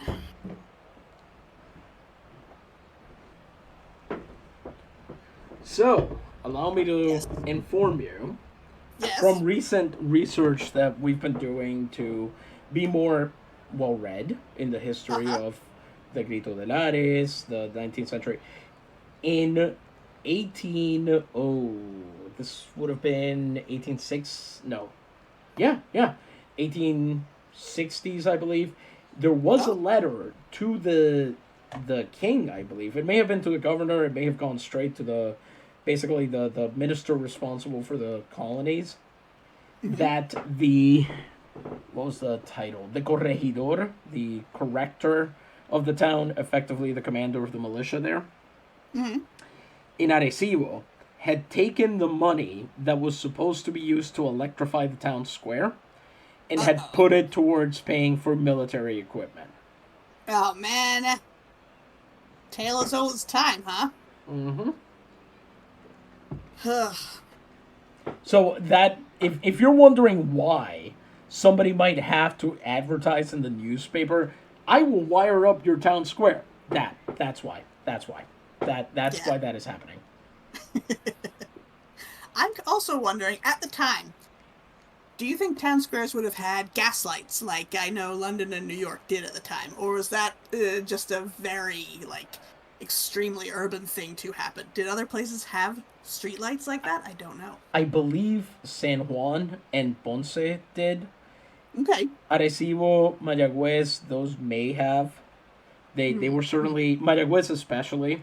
In an LMP verse, Mayagüez definitely did, because Mayagüez literally built the largest stadium. They waited for San Juan to build a new stadium and then built a bigger one. That's so petty. I love that. They're the capital of the West, and they were technically the first capital of the Insular Republic. I mean, Lares, really, but when they got to Mayagüez, they actually established a legislature and a secretariat and all this other stuff. So it has always been thought of as the first capital of the Republic of Puerto Rico. And they are incredibly mad that anyone else has that title. Oh, that's great. You love to see it. Mm-hmm. All right, oh, crap, haven't told anybody that the Navegadores took the lead. We should probably do that. That would be smart. That sounds good. I'm going to take a look at some of the scores going on around the league. We got a tie. We got a 3-3 tie going on. Citricos beating the... Nope, Comeros. I lost it. Comeros. See, you know them all so well, based on their towns, and I do not. Well, you know what? If you feel up to it, you could. Would you like to tell everybody? Sorry, guys, we're a little bit nervous because this is a new feature. We'd never done this before, but what happened today is August 27th, 1904. You could tell us what happened Yeah, in LMP history on this day. I could do that for sure. On this day in 1881, Ramon Rodriguez had a 6-hit game. I'm sorry, there are teams listed, but there is no way I'm going to figure those out. That is, Ramon Rodriguez was a Lobo de Arecibo, and he did that against Listen, I'm trying to talk, so you have time to do the other things. Fair enough. Heriberto Reyes, no hits against the Electricos, I want to say. That yellow and red is very electric. And he's on the Cuervos. Nicely done. Red, 2 for 2. Green, and yellow for those wonderful parrots native to the island. I looked at a lot of pictures of those little guys. They're so cute. Green. They're pretty wonderful. 1883, Ramon Rodriguez again shows up with a 20-game hitting streak. He is a legend. His streak, unfortunately, ended on that date, unfortunately. For the record, that is when the official date of a hitting streak is the day that it ends. Like how it gets recorded, just to let you know. Yes, that does make sense.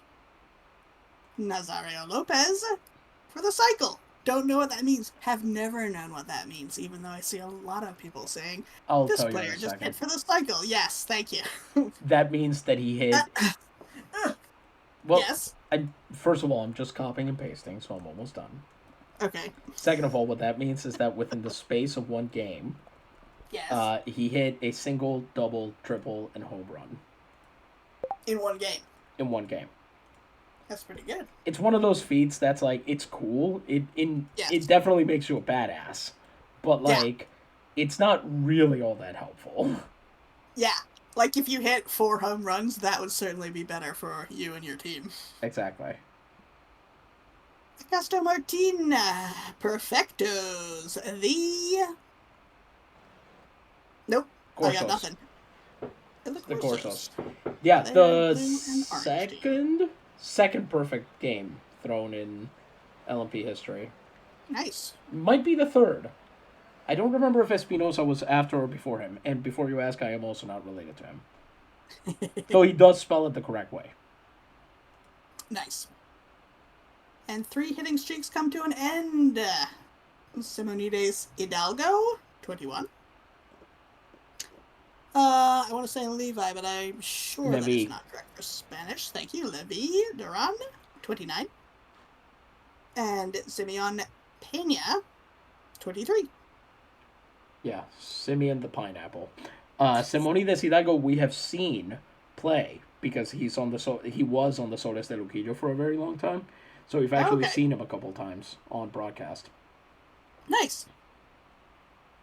And then we've got on I Recognize This, the Palomas de Sidra. Anibal Reyes hits for the cycle. Another one. We got another hit for the cycle from this guy. Anibal Reyes, who is, by the way, the baseball-playing priest of Sidra. Oh, so he's a priest in his off time, or he quit the priesthood to become a ball player? No. His charism is playing baseball. He got sent from the Vatican, apparently, to play baseball. His nickname is literally Vicar. Parroco. Is the idea that he would play baseball so well that people would be like, this is God doing this, and I need to get real in with the church about this? Is that the idea? I suspect it was more these baseball players drink and do other things that they shouldn't, and maybe if we deploy a priest as a test program with the Palomas, then that will help. He can be like a chaplain. Oh, he's the original youth pastor. He's sitting backwards on his chair saying, it's really cool. He really hits for the cycle. Let me tell you about somebody who came all the way around the bases. Here's the thing. If that's the case, if he's trying to stop them from drinking and doing laudanum and whatever the hell else you're doing around this time, then maybe they should have changed this position because he's a very bad defensive shortstop.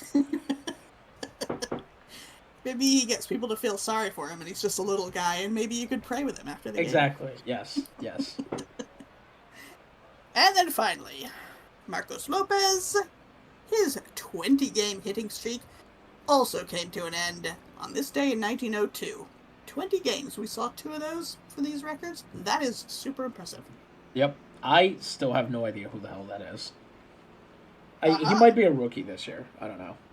What team is that? It sure looks like the Pittsburgh Pirates logo. I'm glad you said that because they are the color scheme equivalent of the Pittsburgh Pirates. Those are the Señores de Ponce. Aha! Those bastards. Bastards. The villains. Anyway. So let's see. Not a whole lot of super interesting games going on right now. Josue Salas hit his first home run for the Tejedores. Took him long enough. In an intra-division game, the Pepinos de San Sebastián are beating the Corsarios de Quebradillas 3-0. That's not supposed to happen like that. Oh, I love those running cucumbers, though. Mm-hmm. Yeah, San Sebastián has had a very interesting year. The Soles are beating the Artilleros 4-0. So is everybody else. No big whoop there. Let's see what else we got. Turlo Ureña doubled for the Guavaleros. That's something. Arroyo, right now, by the way, the team that Patillas is trying to get back on top of, is currently beating Ceiba, the team that is in second place, Tunaguabo. Distant second place, but still. Aha! 3-2 as well. So, Arroyo is like, both of these games are currently helping Arroyo's case to stay on top of the division. Nice. So they can get swept in the playoffs by, a better team. At least they get to go to the playoffs, so that's fun. True. Palomas are currently getting beat by the Martilleros, who are not good this year. Oh, that was confusing. The guy on the other team, his name at first made me think it was Palomares, yeah. That's got to mean a dovecoat.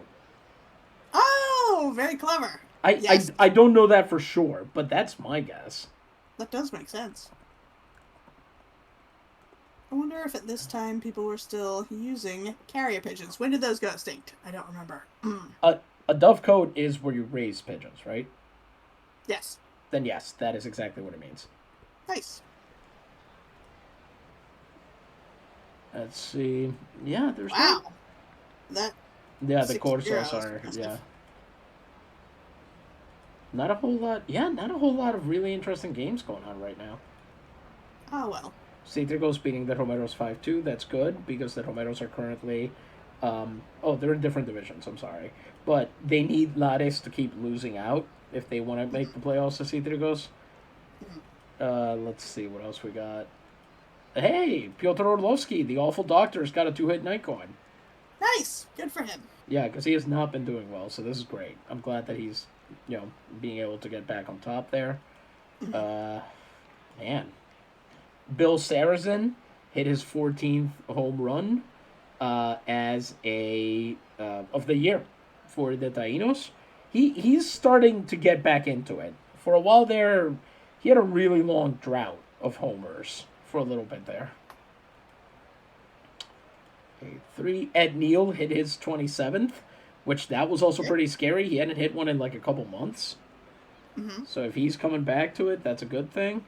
Jinetes are just romping 7-0 on the Brillantes. Wow. These are 2 trash teams, of course. This is how this is going.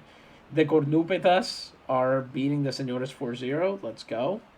Big fan of that. Love that. Especially because the Cornupetas still have a losing record. Yet they're leading their division. They spent less money on improving their team than either of the other two. Traded away a bunch of their best guys again. And are still leading the division. Wow. Baseball is just... You tell me what a lot of the team names mean. I immediately forget many of them. So I did look up Cornupetas again recently, and I was unclear because it gave me 2 definitions. It gave me like a cornucopia, like a horn of plenty, and it also gave me to gore someone with horns. Yes, that is what it means. Okay. A cornupeta is a horned beast, a horned attacker. Okay. All right. I hope I can remember that this time. From the Latin peto petere, to seek, demand, therefore to attack. Mm. Having something demanded of you does feel like an attack. You're It right. does, exactly. Yeah. It's that idea of like I am for you, like I'm looking for you, you know? Yeah. Yeah. Yes. Impetus comes from there. Impetus is literally Latin for attack. Oh, very good. Anyway, top of the lineup here in the seventh against Jan Pajkos, who is through 6 innings on 93 pitches, 6 hits, 2 runs, 2 walks, 5 strikeouts. He faces Diego Murillo, who's 1 for 2 on the day. We're going to let him have the first out before we see whether the bullpen needs to come up, as that fastball is in there. 0-1.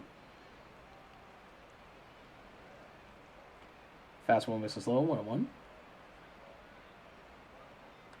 Swung on, grounded to second. Centaur picks it up, throws to first, and that's out number 1. Nicely done. Pajkos at 96. He will now face Simon Hernandez, who's 0-2 on the day. 1 out, bases empty. Swings through the fastball, 0-1. Hits that one foul into left field, I think. Oh boy, they are lucky that got ruled foul. A bouncer into the corner would have been some real trouble. 2 fastballs there, it's 0-2. Let's see if he goes off speed here. He does with the curveball and just barely misses. It'll be 1-2 now. Oh boy. That is hit into left field. Vidal Santiago has to go chase it into the corner. He has it, but all he can do is make the throw to hold him to a double. He knew exactly where it was going to land. It's just, the way the ball got there, just way too tough. Now we're going to put Catol and Perez back to work. We're going to replay that because, boy, screwball left too far out over the middle of the plate there. Santiago ready to cut it off and just had to turn around as he was getting near the seats. Low throw. Just a combination of factors there. 12th double for Simon Hernandez. He represents the tying run there with 1 out. Up comes Luis Flores, who is 0-3 on the day. We're going to let Jan figure this out. Because he's got, as they say, 1 to play with. Fastball is fouled off on 1. He wasn't expecting that much speed. Couldn't quite catch up to it. The second fastball falls low. It'll be ball 1. That goes to Centaur. He's got it. Makes the throw to first, and that's out number 2. Good work by Jacques there. That could have been an infield hit if he hadn't hustled. With the tying run on third and 2 outs, up comes Santiago Tinajero, who is 1-for-3 on the day. Let's see what Pajkos is made of here. He gets strike 1 on that changeup inside. Nice little pitch there. But exactly where it needed to go. That's hit hard, but not past Jacques. It's not. He throws low to Kim, who scoops it, and that's out number 3. Oh, man. The double is not trouble for Jan Pajkos, as the score remains 3-2 after a 1-hit top of the 7th. I've never had it insist on continuing this far. Uh-huh. It's really hammering it home. We need to fire this organist. They're staring directly at you while they're pressing the keys here. Yep. Play ball. If it weren't for my principles, I don't think I'd hire a union. Trying to get the goddamn broadcast underway here. Anyway, bottom of the 7th, up comes Charlie Stuckless at 95 pitches through 6 innings, 8 hits, 2 runs, 2 walks, and 3 strikeouts, and he will face Benji Valdez, who is 1-for-3 on the day. He has a single. He scored a run on that Franklin Castillo triple, as that fastball misses low, 1-0. Swings right through a sinker high up there. 1-1. Swings on that one. Lifts it into the air. That's going to be fouled, though. Just a few more. Probably even a couple feet to the right, and that's a stand-up double. Yeah. It'll be 1-2 after that one.